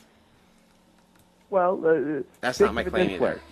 Think of it this way: you don't have a problem with conflict, right? Is that a fair statement? God, I don't even know where to go with this. Well, no. I'm not saying that either. Okay, but you have said that. You have said that conflict. Right, but you're the one creating conflict by telling them, "Go ahead and arrest me and put me in jail for the rest of my life." They'll do it. Whoa, that's not true. No. I'm not saying go ahead and arrest me and throw me in jail for the rest of my life. That's not what I'm saying. What I'm saying is that I am not afraid of. And they're not afraid of doing it. There you go. You've match made in heaven. Well, that's fine. They don't have to be afraid of doing it. But they're going to be scared to death of somebody who looks them straight in the eye and says, yeah, go ahead and do it. I know, and locked in your cell forever and ever, they'll be just quaking in their boots. It'll be great, huh? Nothing gets changed without sacrifice. I know. Nothing will be changed at all. You'll be locked up forever. Possibly. Great. Maybe. Who knows? We'll be back with the wonderful wisdom of Don Perry after these messages. This is the 12th District Court. Those of you out there who believe that you can stand up against the system, I'm not saying... Please, no. There's some other way besides the way you've presented is my point. There must be some other way than this. And to win. I don't think this is a winning strategy. Hold on. I'm not looking to win. Oh, God. Yeah, that's right. Yeah, you're looking to just be... You'll be a political martyr. It'll be great. No, I'm not looking to be a political martyr either. Don't create an impression upon me. Trust me, I want to live and breathe the free air. You want to suffer for freedom. And that's not at all. No, not at all. We'll make an icon for you. It'll be great. No, not at all. I don't want that. I want to live and breathe the free air and be able to exist as a sovereign human being for the rest of my natural life. That's my ultimate goal and desire, is to just be left alone, to just live, to take care of what needs to be taken care of, and not be subject to statutes and ordinances and acts and taxes and all this other fun stuff. But I am also not afraid of standing up against those who would impose them on me, because they're going to do it whether I want them to or not. I'm not afraid to stand up and say, no, you're not. And if they arrest me and throw me into jail, I'm not going to stop wanting to be a free human being simply because they will arrest me. I'm not saying go out there and try to get arrested. I'm not saying go out there and antagonize them into doing unlawful acts against you. What I'm saying is don't limit your freedom based upon a fear of their control. All right, I'm bald now. Can we move on? Go ahead. What do you want to talk about? All my hair has been pulled out. Are you happy now? No, not at all. I'm bald now. Are you? Yeah. Well, you're in your 40s. It was going to happen sometime. My family doesn't lose their hair. I pulled my hair out because of you. Well, good. Would you send it to me in a box? I'm losing mine, and I kind of need some to put back in. Lenny, you have to think of it this way. The Apostle Paul. Oh, my God. No, the Apostle Paul went and preached the message, and he got arrested and thrown in jail, and he'd get out of jail, and what did he do? He went right back out and kept preaching the message. Why? Because you can't stop truth. He left Rome to go to Asia Minor where the people were more intelligent. And then they listened. You can't live in fear of what they're going to do to you. But not living in fear means an acceptance I'm of not suggesting that. You keep positing that as a false connection. I'm saying there's some other way to deal with it. Okay, what is it? Any other way. Name one. How about a proper notice, things like that, rather than just I do proper notices. wave the red flag. People I don't know why this is a dead end here. And still get arrested and still wind up in jail. What I'm saying is that just because there are other ways to do it doesn't stop proper them. ways to do it that don't involve waving a red flag. Even if okay, even if you use the proper ways of doing it, doesn't make you immune to their tyranny. What makes you immune to their tyranny is your innate refusal to allow their tyranny to control you. Period. You can send every notice off that you want. Oh my God. They're still going to keep coming after you. Where is Maggot? You could send every notice that you want to, do everything right, do everything fine and dandy, and all of a sudden you'll be walking one day to your notary public, and they'll suddenly swoop in off the streets and toss you into the back of a van and drag you off and lock you up and keep you in chains and under subject to torture for 6 months or more until you crack and go, yes, I'll do whatever you want. No, that's not how it is. You have to accept from the get-go that even if they, for whatever reasons they fabricate, put you under duress, you don't change. I'm not saying I want it. I'm not saying I advocate going out there and spitting on cops or running into a courtroom and fringe on the flag or anything like that. What I'm saying is that if you haven't accepted that it can happen and haven't hit a point where you know how you are going to deal with it happening if it does, you aren't really free. Freedom is a choice in the mind. Lock me in chains, hang me upside down, and throw softballs at me. You still haven't taken away my inherent rights to freedom. You've taken away my temporary physical experience of freedom, but you can't change my right of freedom. I do not consent. Even under torture and duress, I do not consent. Surely there's some other topic we can discuss now. Go ahead. I don't know. I think there's some paint drying somewhere. Good. I've got linoleum curling in the kitchen here. Let me just grab that. What's Israel done wrong today? Talking of terrorism gives Lenny the willies. Acceptance of personal inconveniences gives a lot of people the willies.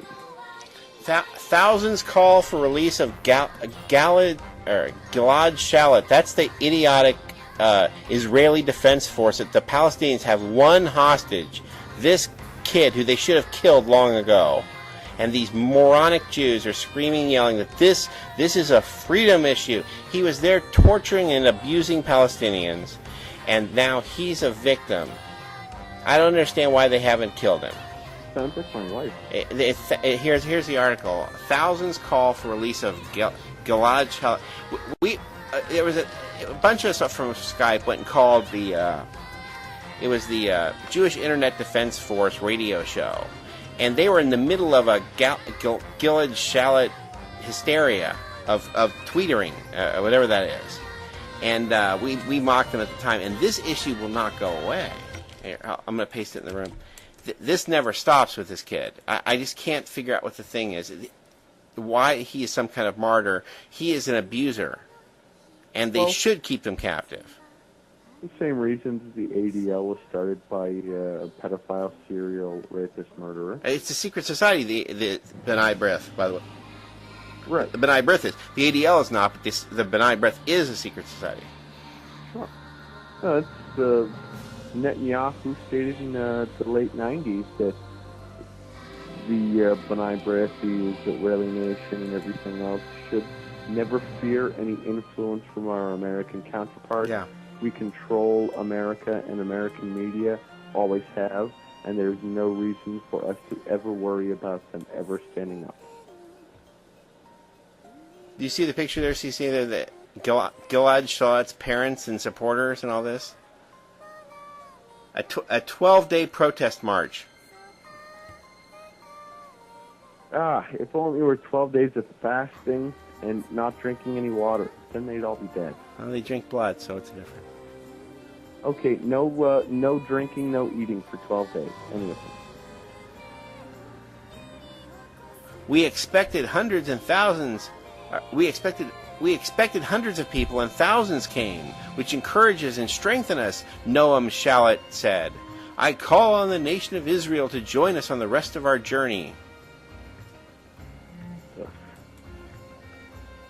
Sorry, you just spoke one of the worst swear Exasperated by phrases this. in the world. One of the worst swear phrases in the entire world. Nation of Israel. Yeah, we don't tolerate that kind of language here. You know Hebrew. Damn right. Oh, you're hurting me. Ridiculous. And plus, they've got the Palestinians locked in their own concentration camp. They can't find this kid. They only patrol the place 24/7. They must have him buried underground somewhere for them not to have found him by now. You know how long this has gone on? Or maybe he isn't actually under arrest whatsoever, and the Israelis He's are. probably running around New York going to clubs. He's hanging out with Osama bin Laden right now. They're going to the strip Oh, club at the plaza? Yeah. Yeah, they're going to the strip club later tonight. I don't understand this story at all. It's another distraction, you know. We got to play the victim yet one more time.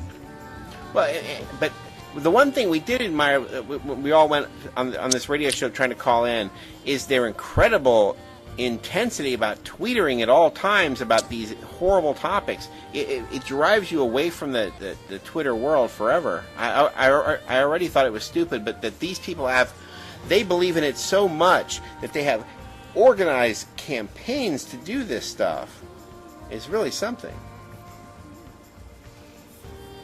The tweetering. I suppose we could, if we could make the show super popular by tweetering, I don't think I'd want the people who do listen to tweeters and follow their directions to come listen. I don't think we could convince them. Twatting is one Yeah. of the dumbest things that That's the great conjugation of it. You always come back to that one. That's great. I love twatting. Oh, yeah, that's great. I know you enjoy calling it tweetering, but they're all twits, so what they're really doing is twatting. New Zealand comic resigns over Hitler joke. Well, it's like the Amsterdam comic cartoonist being threatened for drawing a picture of Mohammed. A New Zealand actor-comedian on Sunday apologized and resigned from his radio and television jobs for making anti-Semitic and homophobic jokes at a media event in Auckland last week. You mean anti-Khazarian? Israel condemns Egypt's press for cartoon linking Israel to Nazism. They're directly linked. They're inextricably linked. And one of the major links is Madame Blavatsky. But, the links keep going. It's our Barak, this is the Israeli defense minister. It's our duty to bring Gilad Shalit, this stupid IDF corporal, home. Galahad. Gilad. Hamas, the price for Gilad Shalit will rise the longer Israel waits. Well, I want to say that I was feverishly praying as Don kept talking ever more slowly and repeating himself that Maggot would show up, and here Maggot has arrived. So there is a I God am here to save you. Yes. Well, is he? Is he talking slow and slow? Is he finished being the I got bitten by a rabid wound. I've got a rabid wound now, and with scabies. I don't know. I lost consciousness for a while. Oh, from that vicious assault on his hand. Poor hand. Oh my God. G8 fully believes Israel will attack Iran, says Italian Prime Minister. I think they should try that by themselves, see what happens. Did you cover the riots on the G20 conference? No, there's Toronto, we right? haven't gotten to that Yeah, Toronto, yet, yeah. I wanted to get to that because I saw some video. But Okay. Well, I had some articles on it. I looked at them earlier. Yeah, 500 people arrested. Done on all sorts of usual. Police dressed up in black, acting as agent provocateur. Did they have the black bloc, or are those just the U.S. federal ones? There was The ones provided with federal housing in the United States before and after the protest. Yeah. They were arrested for carrying weapons, or arrested for drugs dealing, possession, all that sort of stuff, and assault as well. The usual sort of stuff they just throw at people, It's not difficult to apply weapons, drugs. Yeah, it's usual set of garbage. Yeah. A camera is now a weapon. Yeah. right. You're taking photographs, you must be, Right. you're shooting a camera, you're shooting people. I have Turkey- a pencil in my hand and I'm writing on a pad of paper. Both of them are weapons.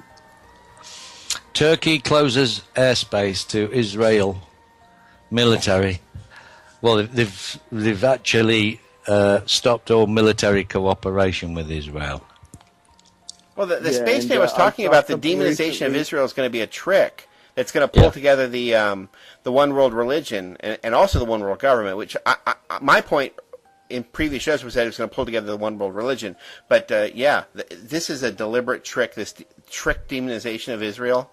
I mean, they're already demons. I mean, how can you demonize people who are demons? Well, they want to focus all your attention on Israel because they want to make them out as being some sort of big bad guys. Yeah. And like in all these cases, they haven't got any evidence to back it up. I mean, it's just old black and white photos. Apparently, the Telegraph does have evidence. Yeah. We could The go Daily on and on about all that. the Daily Telegraph in the UK produced an article over the weekend that Produced. produced an article, or wrote an article. It was on the paper where it's one of the English broadsheet newspapers, supposedly the upper class ones. Go ahead. Yeah, the one that Take respectable your every ones. word. Go ahead. Yeah, basically. They were saying that Obama is dumping Israel gently, but nevertheless dumping him. That's why Mr. Rahm Emanuel has decided to go back home and spend more time with his kiddies when he resigns later this year.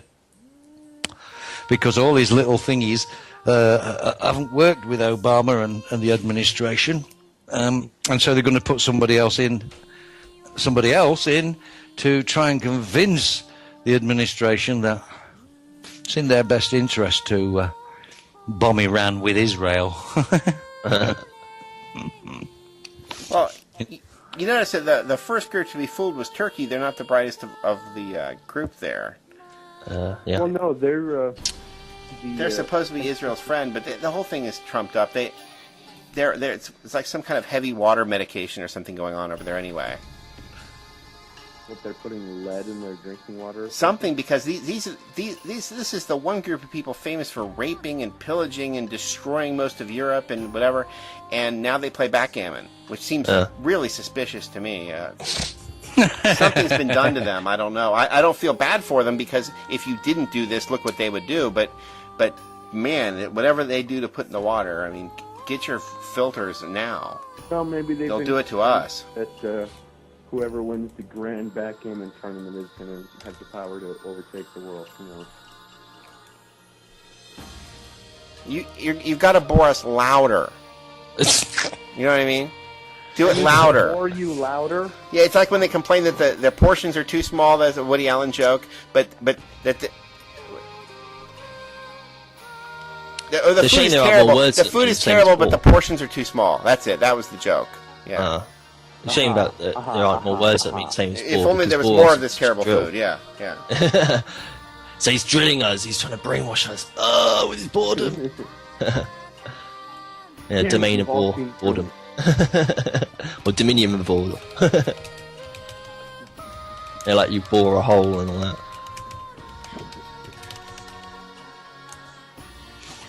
U.S. Supreme Court extends gun rights. The nation's highest court extends a landmark ruling that Americans have a constitutional right to own and bear arms to all cities and states.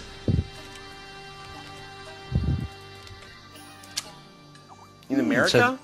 In America. Gun rights for us? Like a non sequitur to most of America's policy. Yeah, it's according to this, it's extended your right to bear arms to all cities in the U.S.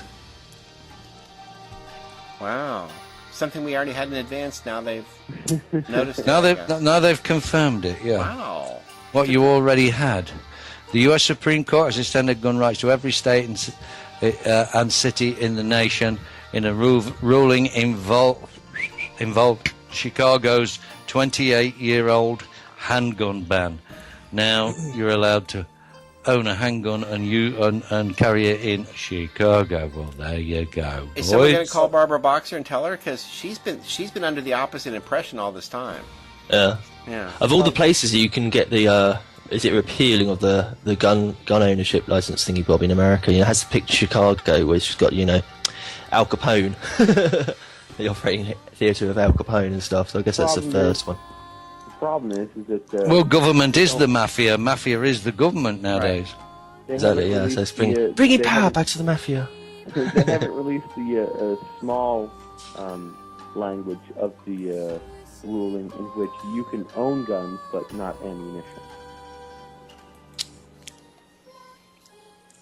So. Now you're practically at the Chris Rock joke of the $5,000 bullet, where they shot you and they have to extract it. I believe you have my property, Yeah, and then sue you for the damaged bullet. Right. I expect. I need my bullet back. Yeah, you damaged it, you bastard. Why did you have to make it hit your bone? Hit your ribs. But no, people can make their own bullets. I've heard of that. Oh, yeah. You can cast them yourself. Yeah, well, plastic bullets can't exactly. We're very inventive here in America. My stepfather loads his own shot. Makes his own shot for all of his guns. I've got another stupid survey. So only 1,000 people surveyed. I'll just do it quickly. 48% see government today as a threat to individual rights. According to this, nearly half of American adults see the government today as a threat to individual rights rather than a protector of those rights. You're supposed to get all excited about this, like, yeah, we're making progress. But then you read later on, this nationwide survey of 1,000 adults. There's a population in America of like 300 million or something. Yeah. And they surveyed 1,000 adults, and so they stick this up on as a report, and that's the sort of level of journalism that goes on, really. It was conducted by Pulse Opinion Research LLC, and printed on it's basically printed on RasmussenReports.com. That's Rasmussen with what's an really great about a lot of these, they'll not only do they only want to talk to 1,000 people, a lot of times they will announce the results before they ask. If you read some of the articles closely, they intend to ask 1,000 people, and they're announcing the results before they've done it. Yeah, I've seen that many times. Yeah.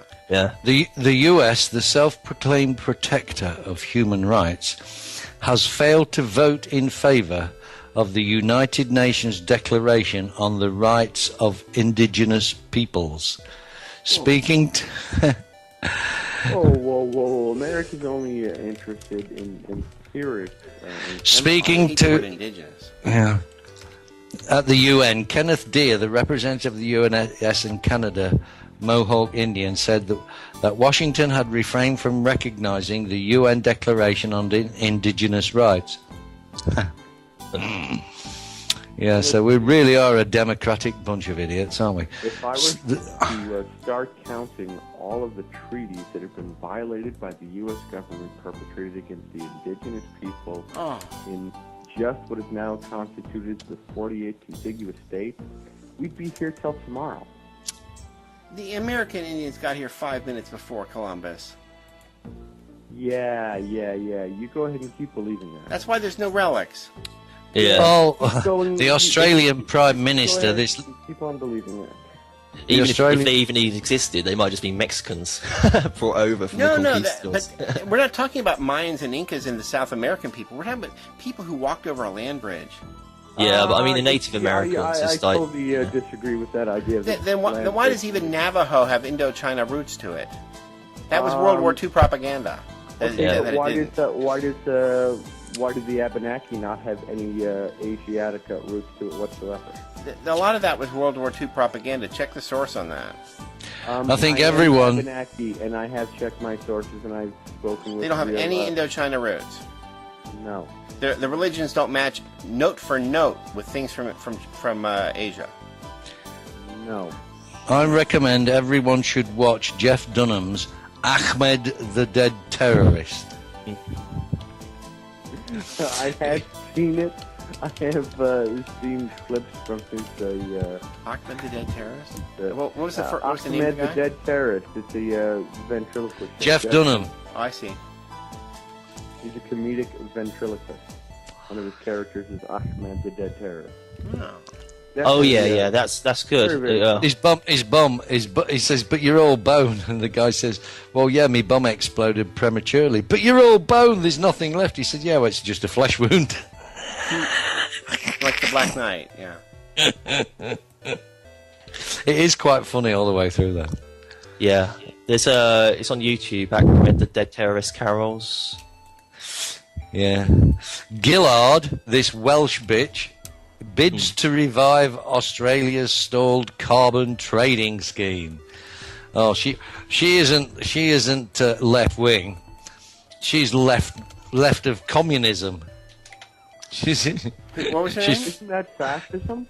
What was her name again? Julia Gillard, the Welsh Prime Minister of Australia. Oh, I see. She's to the left of extreme communism. I mean, good grief. Yeah. A Welsh Prime Minister of Australia? Is that having a Kenyan false president of America? Welsh Dragon.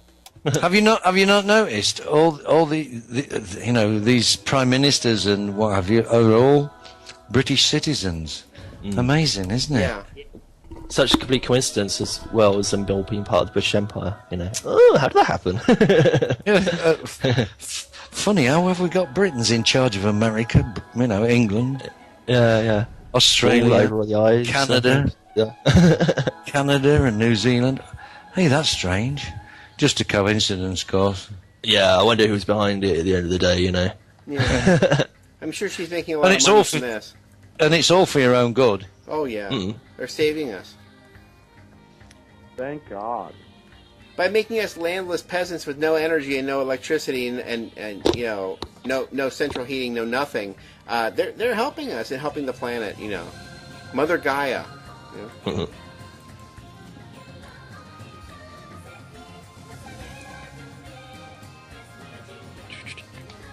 Yeah, and how people are so the English accent and stuff is like so well respected and stuff and authoritative sounding, and it's like second only to Germany, I think, the German accent. But then most people don't speak German like really clearly; they speak it all soft.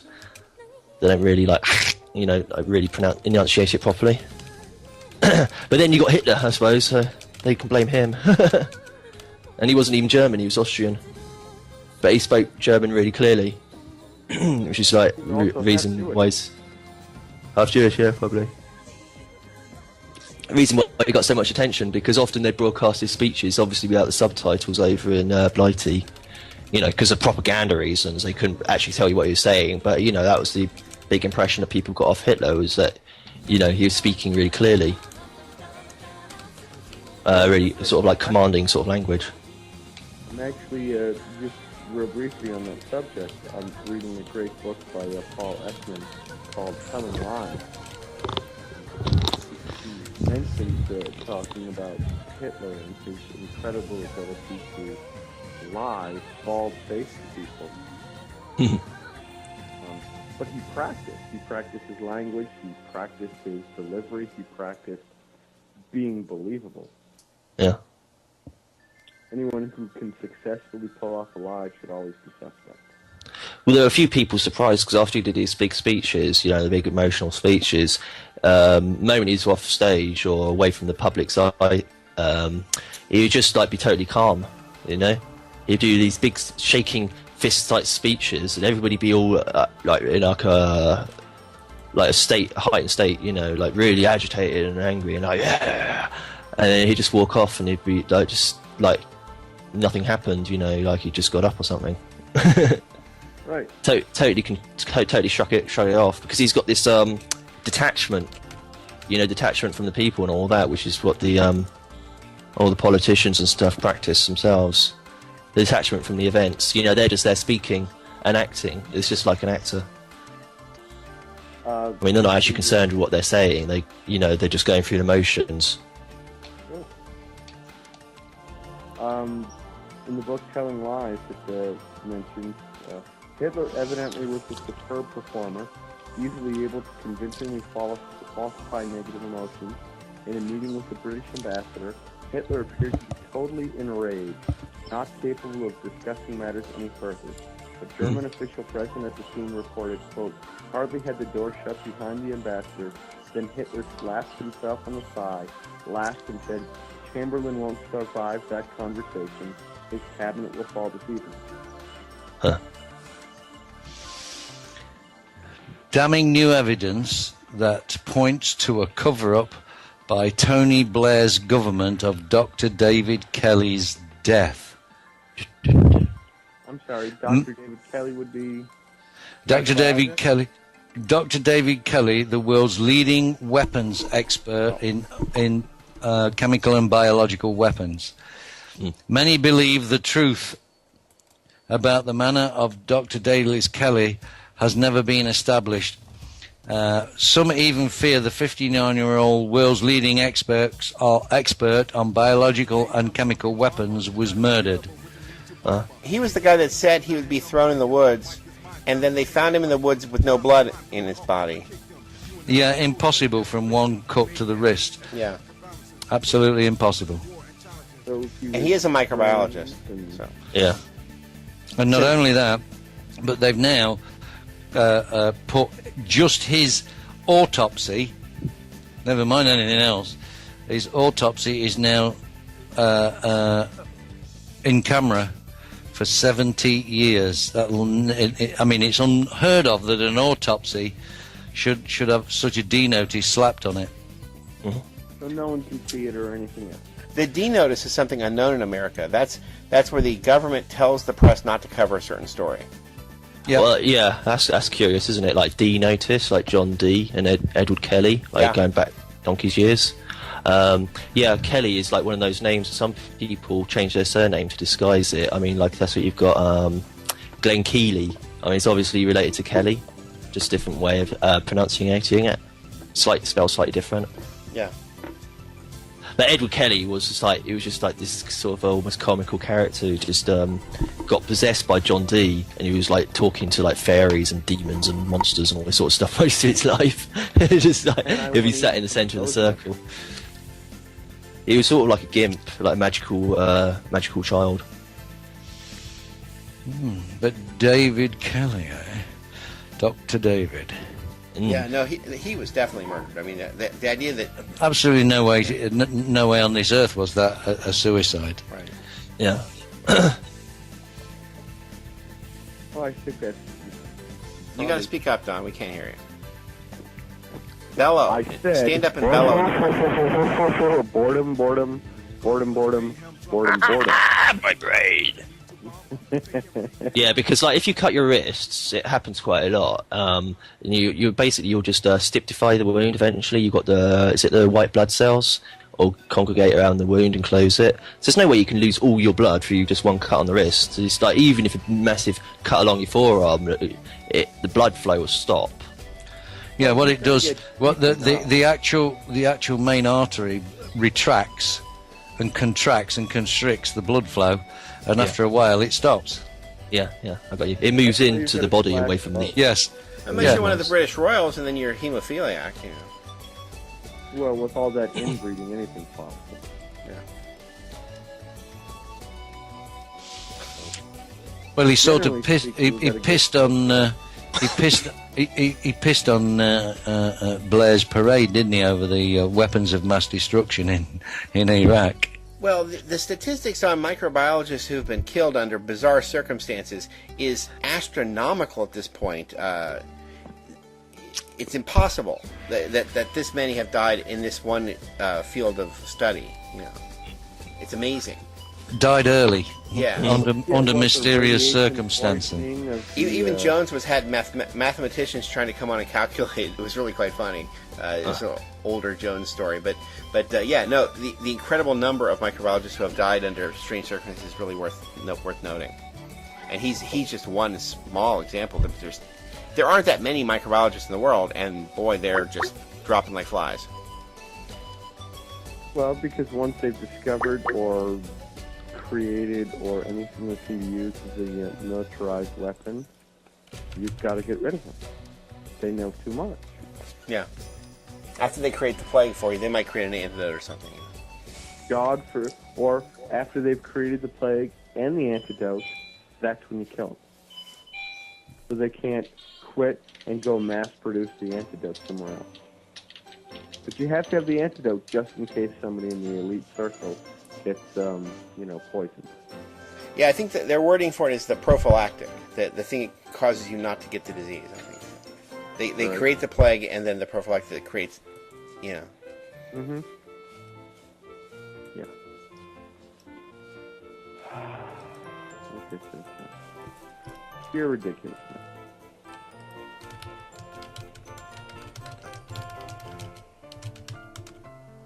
I love being able to sit here and hear the typing in the background as things get shared back and forth across Skype.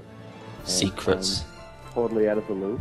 Oh, I don't care. I'm writing snide comments to Maggot in the background. Laughing. But Cybersecurity. Sitting there saying Don is a complete and utter moron. No, that's even not have it. Him on the air. He's an idiot. The only reason we have him here is to make fun of him. And I wouldn't know. That's not true. Saying, Don's really hot. I really wish that he would show up at my apartment. No, that's not it either. And guess again. You're trying to guess the comments on the imaginary fan club. I'm trying to hear where the keystrokes fall. Generally, I can hear cybersecurity measures. FFGGKK16. All right, let him read the article here. Go ahead. Go ahead. I'm sorry. Go ahead, Peter. Yeah, cybersecurity measures will mandate government ID tokens to use the internet. So you're going to have to put your ID number in before you can get on the net. Oh, that's good. Well, that's nice. Oh, we're not doing that. That's another one we're not doing, like carbon credits or giving That up the only fridge. apply to internet cafes. Really. I suppose they could make it a general application, but I expect it would mainly be cyber cafes. But you've got to apply for an ID number anyway at those. Yeah, I doubt it'll go anywhere, that one. Cyber cafe, I thought that was something of a dead concept in America. You can go to just any restaurant anywhere. You can drive down the street and keep passing through free zones of internet. Yeah, I wouldn't be surprised. You just take your laptop and sign into the local. Yeah. Use 8675309. It's an embarrassing phrase to use as well. It just shows how naive the people who set these things up are, because cyber means something you do that's rude with webcams.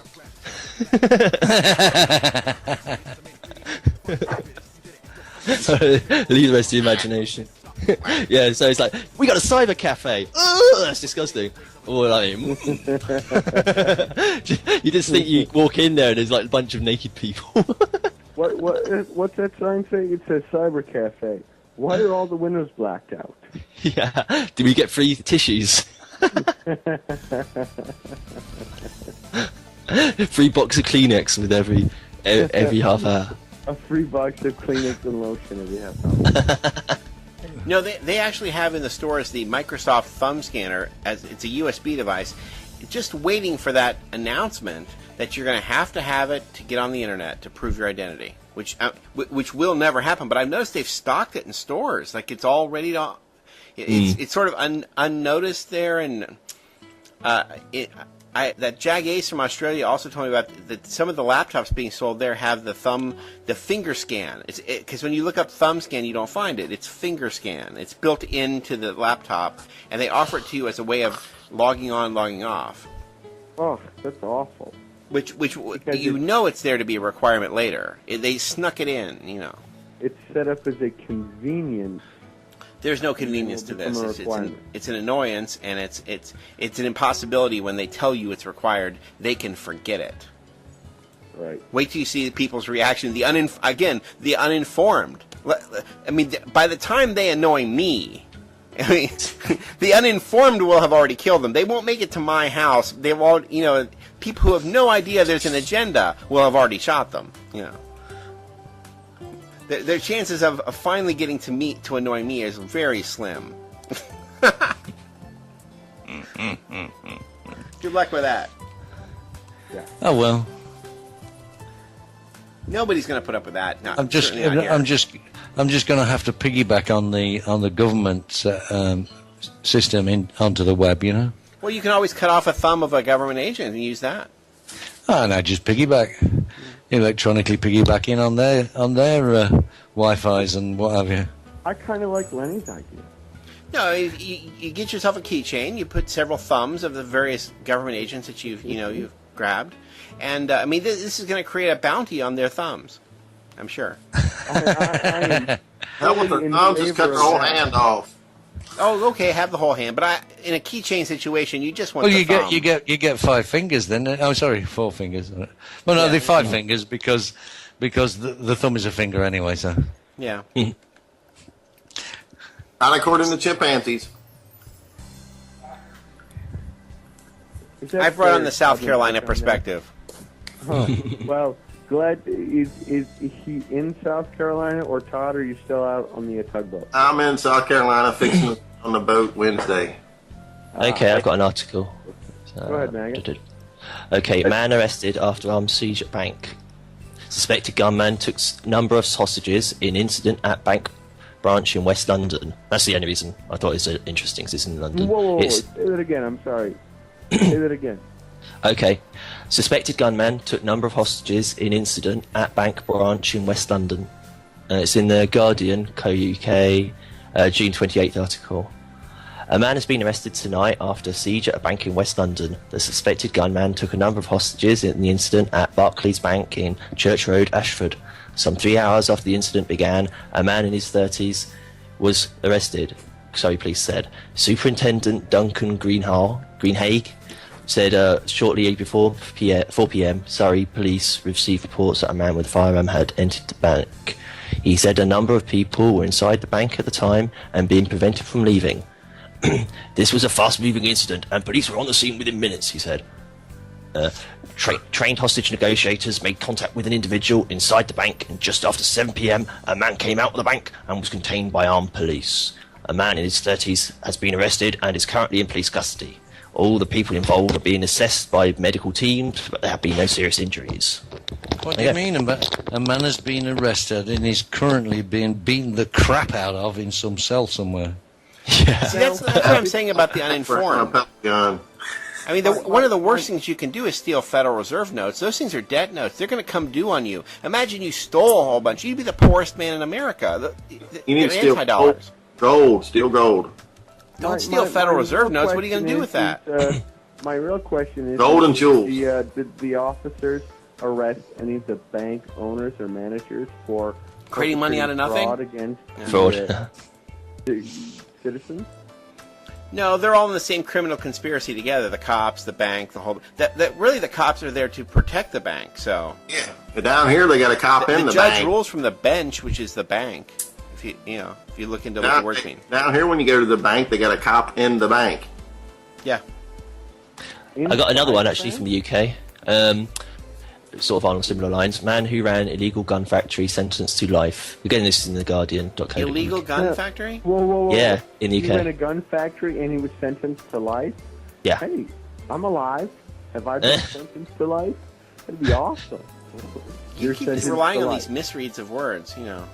Like sentence to life means in life imprisonment. It means Oh, right, yeah. All no of date set, at least. For the rest of your natural life. Yeah, it just means there's no date set on your release. It's supposed to mean for the rest of your life, but it just means they haven't set a date for your release because loads of people get let out early. I start. A man who ran an illegal arms factory converting replica submachine guns into lethal weapons was today sentenced to life imprisonment with a minimum term of 11 years. At least 8 people, including Michael Dosunmu, a teenager, were killed by weapons converted by Grant Wilkinson in a shed in Berkshire. Dosunmu was shot by mistake because he slept in his bed at Peckham, South London. Another of Wilkinson's guns was used to murder PC Sharon Beshemnitsky in a robbery 3 years ago in Bradford. Wilkinson, 34, was convicted yesterday at Reading Crown Court of buying replica MAC-10 submachine guns and converting them to fire. Police said his operation was one of the largest they had ever discovered. They believe it produced 90 guns, which were responsible for a fifth of shootings in the capital over 2 years. Wilkinson bought the replicas, claiming to be involved in the making of a James Bond movie. Forensic scientists have linked his weapons and bullets he made to 52 shootings across Britain, including 9 murders. Detective Chief Superintendent George Turner, who led the Thames Valley Police investigation, said, "There can be no underestimating the impact of Wilkinson's actions. His conversion of imitation weapons allowed criminals to arm themselves with guns capable of killing and maiming people." Wait a minute, I think maybe this guy should be arrested. I mean, he made guns that could be traced that easily? Yeah, I know. Why would you do that? What kind of idiot does that? Dun-dun-dun. Damn fault. It's Maybe also he should have been arrested. I mean, come on. Help us out here. Hey. They were able to trace the guns and the bullets? Yeah, to his gun alone? He don't know how to use a file. You know how it is. God. Or buy his ammo at a gun show. No, he was making it. That's what I'm saying. He was manufacturing it in such a way that they could identify. Did you hear the article? I mean, they could identify and they traced each crime with his weapon. And his shopping spree as well. They just traced everything on him. Yeah. Already. They got it. Well, you know, with all those cameras and everything else they've got going on. Hey, listen to this, fellas. This is funny. This is a paper you can buy here, and it's $1.25, and it's got anything from guns to cars to building materials to antiques. It's like a trading post, okay? And it's a paper, and it covers Georgia, North Carolina, and South Carolina. Now, listen to this ad for this four-wheeler, you know, an ATV. Listen to this. This is what the guy put in this paper. It says 1990 LT 500R Quadzilla, which is a Suzuki. It's a Suzuki for 500 cc's. Okay, it says pro-built motor, race ready, pulls like a dentist, no test drives, kill yourself after you buy. Can we get Barry to buy one of those? I mean, I thought that was funny because all the other ads are, you know, just like, you know, Harley, $2,000 must see to appreciate, you know. You know, the feds are going to kill him, and then they're going to blame it on us. So, you know, That's a funny thing with some of these reports on in England, yeah, especially when the police are involved. You get everything on them. He continues, we have significantly disrupted an organised crime group that had been supplying large quantities of automatic weapons and ammunition into criminal networks. Here's an example of what I was saying. Wilkinson paid £500 for the replica MAC-10s, which were made in the UK. After conversion, they were sold for £2,500, including ammunition. It is believed middlemen sold them on to criminal gangs. It says where he bought them from. Wilkinson bought the replicas from Sabre Defence Industries, which had supplied previous Bond movie productions. Using the false name Wilson, yeah, 1984, he bought 90 guns and ammunition in batches and paid £55,000 in cash. Sabre director Guy Savage became suspicious of Wilkinson, who he said was desperately disorganised, and secretly took his photograph on the mobile phone.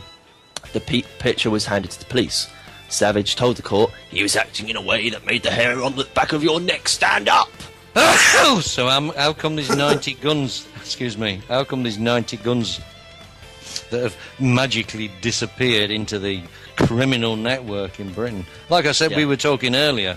The police ran them out. If you're a criminal in Britain, it's dead easy to get hold of a gun. If you're not, then it's quite difficult. Yeah. Well, here you just get it out of the paper, go to a gun show, or just say, "Hey, you want to sell that?" But they do. They in this article they give you step-by-step instructions of how you could do it. You just write it all down, break it down, and go, okay, well, try somebody else, try another. Well, see, we got a big outdoor flea market 5 minutes from my house. It's outdoor, and everybody can put whatever they want to sell. And if you know the right people, they're out there. They can sell all kinds of rifles, M16s, anything. But if you know the right people, you can go to their car and they got pistols because they're not allowed to sell pistols. And he was converting these guns himself. At the top of the show is, gun laws don't do anything except give the criminals more power, and by criminals I mean government. Wonder if I could get a Sterling 50 caliber. You would have to have a place to mount it. Well. Buy the tripod with the gun. I had a Desert Eagle 50 cal pistol.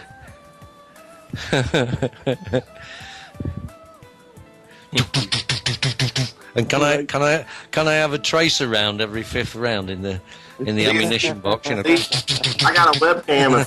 If we had the web. Hold on. Let me call my guy after we get done with the show. I'll text you back with a message that says the Eagle has flown the coop, and at that point then you need to wire money to, oh shoot, we're still in the air, never mind, hold on, I'll talk to you later. Togo Bank. We'll talk later. Are you amazing with that Eagle reference? Yeah. Prank call. Yeah. I'm sorry, what was that, Lenny? Are you a Mason with that Eagle signal? Sounds like it. That's why they use the Eagle as landed for the NASA. Are you a traveling man? That's another Masonic code word. Are you a traveling man? No. Are you a traveling man? I'm not a man, I'm a human being. Get it right, buddy. Oh. That's all right. Letty got it, and that was all that was really important. I got it. It's a Mason term. I'm not retarded, Igor. I might respond to that, but I'm not sure if he's talking to me. How come a South Carolina geezer has a North Carolina accent? That's what I want to know. Because I'm from Kentucky. That's a lot then, doesn't it? That's even worse, isn't it? A guy from Kentucky lives in South Carolina with a North Carolina accent. If you tight, stingy fuckers would break down and buy a camera, see, I could show you all of my toys. I've got a camera. I got one too, but I don't see you all on there. Well, technically speaking, I'm not online right now because I live in the dearth area of any kind of good internet access. Yeah, you got dirt in your eyes. Yeah, Don's not allowed to cyber at the moment. His missus won't let him. So cybering's after the show. I'd show you all my manufactured rifles. You've got the Skype beta that no one else has, and no one else can do multi-video. And can you imagine what the bandwidth of that would really be? I've got Skype beta as well. You do too? Okay. Yeah. I can multi-video. Yeah. All right. Conference video. Yeah. I guess we all need to upgrade to something. I just need to get out of the dial-up at this point. You just need to get out of Georgia. I'm not in Georgia. He's in Michigan. Oh, well, that's even worse. That's it. So it's awful. I'm It's awful. climbing through this whole phone call right now. It's awful cold up there in winter, in Green Bay. Mm-hmm. Well, that's Wisconsin. You've got to be crazy to live there. Green Bay's in Wisconsin. You mean Detroit, like Detroit, Michigan, where cars are made. Yet? Well, this is this anyone no-win feel call that I I'm arrange crazy? every Monday. Welcome to the American Dysfunctional Hour. Yeah. Well, at least CC was close. He knew it was still a shithole. Oh, I see how it is. You Southern boys think you got everything down pat. I do. Come on down. I'll dial you in. But hey, just pick the caliber. Like pick your poison. Pick the caliber. Well, what I would really like is a Bradley. A Bradley 50 caliber sniper rifle. Go through armor plating, but I want depleted uranium rounds. Well, we will need that. We all want depleted. The pack dogs. What, did Vicious suddenly figure out how to bark or something? No, Vicious is well behaved. I think Todd has Yip Yip dogs. I hate I that. got little short dogs. That way I can shoot over them. Vicious is here, hasn't made a peep. He's a gentleman, he's a scholar. Yeah, you molest that cat. Don't even fucking lie. Oh, no. It's the only pussy he can get.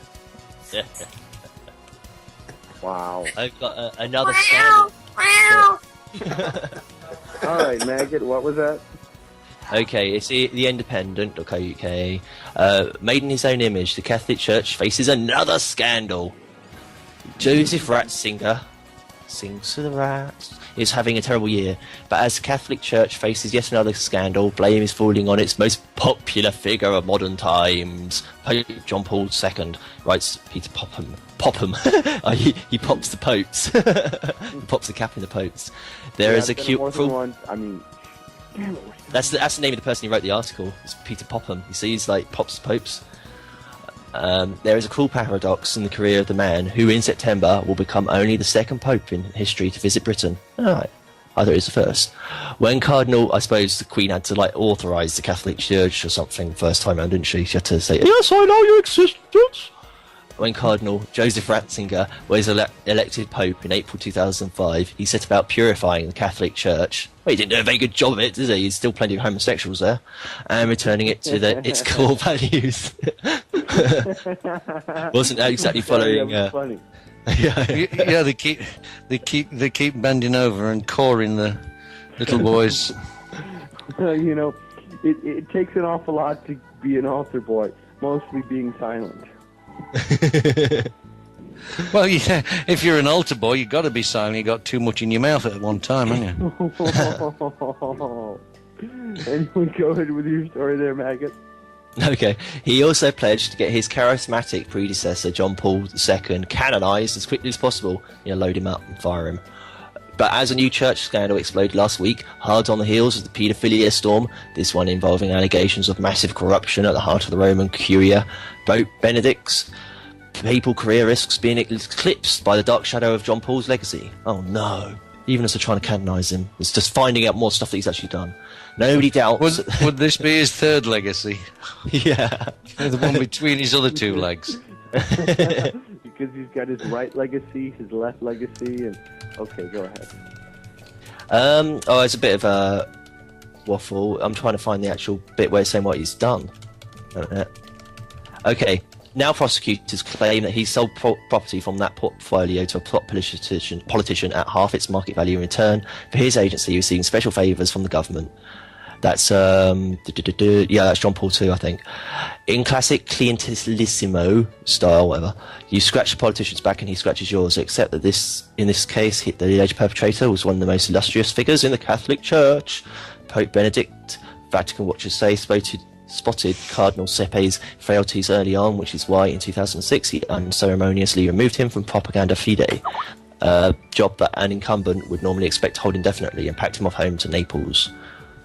The Cardinal denies that version of what happened as flatly as he denies corruption charges. Last week he said of this change in fortunes, "The Holy Father asked me with great insistence to stay in Rome, but my heart was beating for nipples."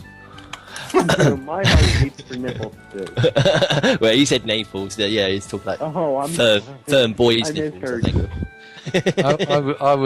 I would rather, beat the nipples than beating for the nipple.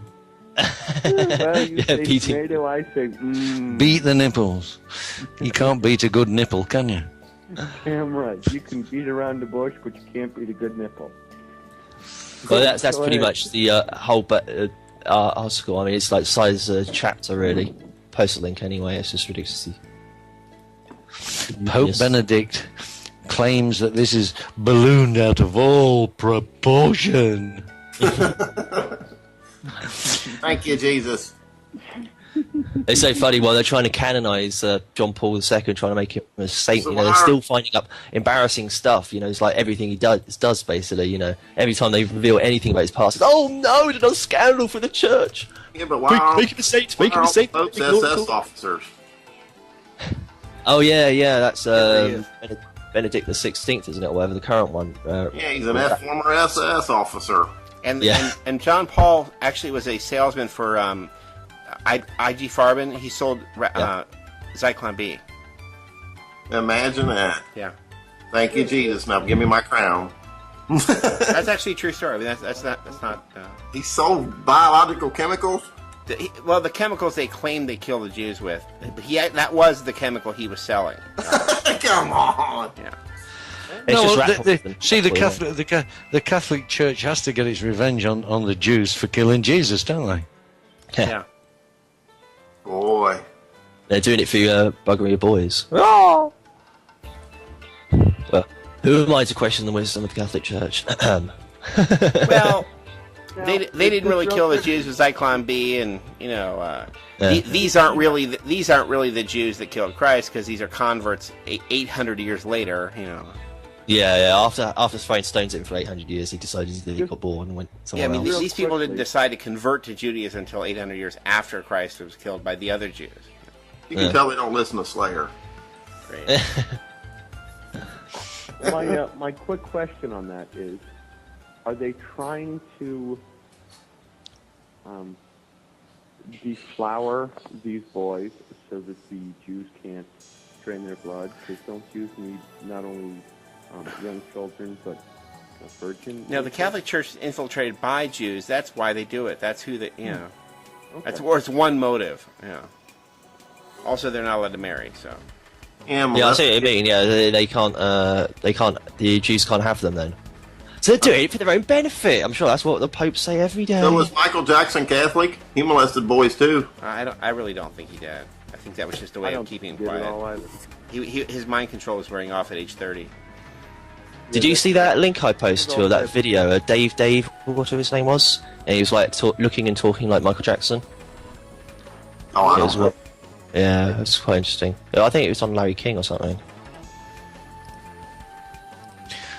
Oh, they've suddenly discovered that the US national debt is now a security risk.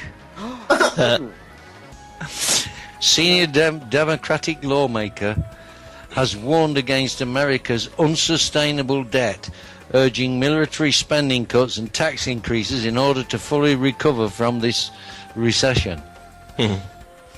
It's So time to stop. can't they arrest the government for a breach in interest of national security in that case? Bit I start. think. Well, Yeah. if you know the meaning of the word security, it doesn't mean safety. It means these financial security interests, these bonds and things like that. It is a security risk. It's not a safety risk. It's a security risk. So they should all be arrested and held in custody at least in the interest of national Absolutely. security. And questioned. Interviewed even. Certainly. Well, the, Because we all know interviewed means now, don't we? the NSA Interviewed with is not the taser and national pliers. agency. It's a national security agency. It's there to ensure that the financial security of the U.S. is established. It's why they changed if you look at the Code of Federal Regulations, they changed so many prosecutorial criminal things to be changed to a prosecutorial under a commercial act. And another for murder isn't because you killed somebody, but because you removed somebody from the system that they were floating alone on. They're also talking about this second wave of home foreclosures hitting the nation really hard. And of course, a big jump in unemployment figures just recently. Oh, cool. So almost, is that in the UK? To almost coincide with the increase in VAT. Yes, long-term planning. We have it somewhere. It's filed away somewhere. What's a long-term plan? Do they have one? Do they know what one is? Look at that link I sent you. Yeah. I was being sarcastic. They don't seem to have any. They seem to be a bunch of bumblers. Hey, Maggot, look at that link I sent you. Look at that Maggot. You didn't send me the link. Oh yeah, Slayer's Machine. What, in the Freeman thingy? Yeah. I thought he was getting confused with his cyber experiences then when he said, "Look at that Maggot." Oh, that's the film. That's what I call a Maggot. We got several years ago. That shows the them killing innocent civilians. The Maggot is pupil. It shows a 50 cal in action. Right, but they're killing civilians in Iraq. That's the That's very famous. Yeah, that's a good one. Just like they'll do in the U.S. No, they won't. That's why the troops come and kill themselves. They know that they'll be asked to do this. This is what the training is for. Kaboom! Yeah, I had a lot. Oh, they always blow up in the movies. The other day that the Vatican is going to be the religious between the Vatican and Israel being the religious center of the New World Order, Britain being the financial segment of the New World Order, and the U.S. being the military branch of the New World Order. That's the Empire of the Three Cities. And I'm finding people here in GR who are just so fascinated by this stuff, whereas I spent so much time elsewhere on the state where people were just like, oh, whatever, you're a liar, you're stupid, why don't you just go get your car insured and registered? You want to in my house if you don't have a driver's license. So much fun. You're almost, you're so quiet I can't hear you at all. Yeah, he talks real low. Well, at least I'm boring you at a quieter tone than You're supposed to bore us much louder. I'm so louder. Sorry. I'm trying. Come on. I apologize. How's this? It's a little loud. Does this work for you? No, you're overmodulated now. How's this? Can you hear me now? It's all right. Damn. Is that a Verizon commercial? I'm trying hard not to be heard. So at least I'm only think I'm talking to myself. Well, ladies and gentlemen, we're nearing in under the 4 o'clock hour. Really? And we haven't announced the show yet once today. So I kind of feel we should probably do that as we wind down here. Before we get to that point, does anyone have anything else they want to add before we sign off? Not really. No. I'll take all of that as a no. You have been listening to American Freeman on the Freeman Radio Network. I have been one of your many hosts and part-time intermittent human being, Don of the Family Perry, joined as always today by the illustrious Estratios Constantine of the Family Morades, the late arrival Maggot, but that's okay. He showed up just as I was boring people, so that's a good thing. Mm-hmm. Our absolutely irrefutable Caribbean critic. We want to thank our guest, Slayer Todd, for joining us today, and we wish him the best of luck as he decides to resubject himself to maritime law a little bit later this week. Why you would ever do that? Well, their own personal preference, I guess. There are no jobs in America. Well. Or Slayer Pay Pinball. the bills. No. You Slayer don't have to make any Pinball. excuses. It's fine. No, there are no jobs in America. I mean, It ain't like I'm getting faxed any papers to get this mortgage off my back. Then I can work a regular job. Well, we're working on that for you. Are you taking your scoop out with you to collect old BP's oil and sell it back to them? You know. No, we just deliver it to ships so they can crash and make more oil spills. Isn't that fun? See, we bunker ships. We take a load of fuel from a dock, put it on our barge, and then go to a ship and then pump it up to them. Well, you can always check out podcasts of our earlier episodes by going to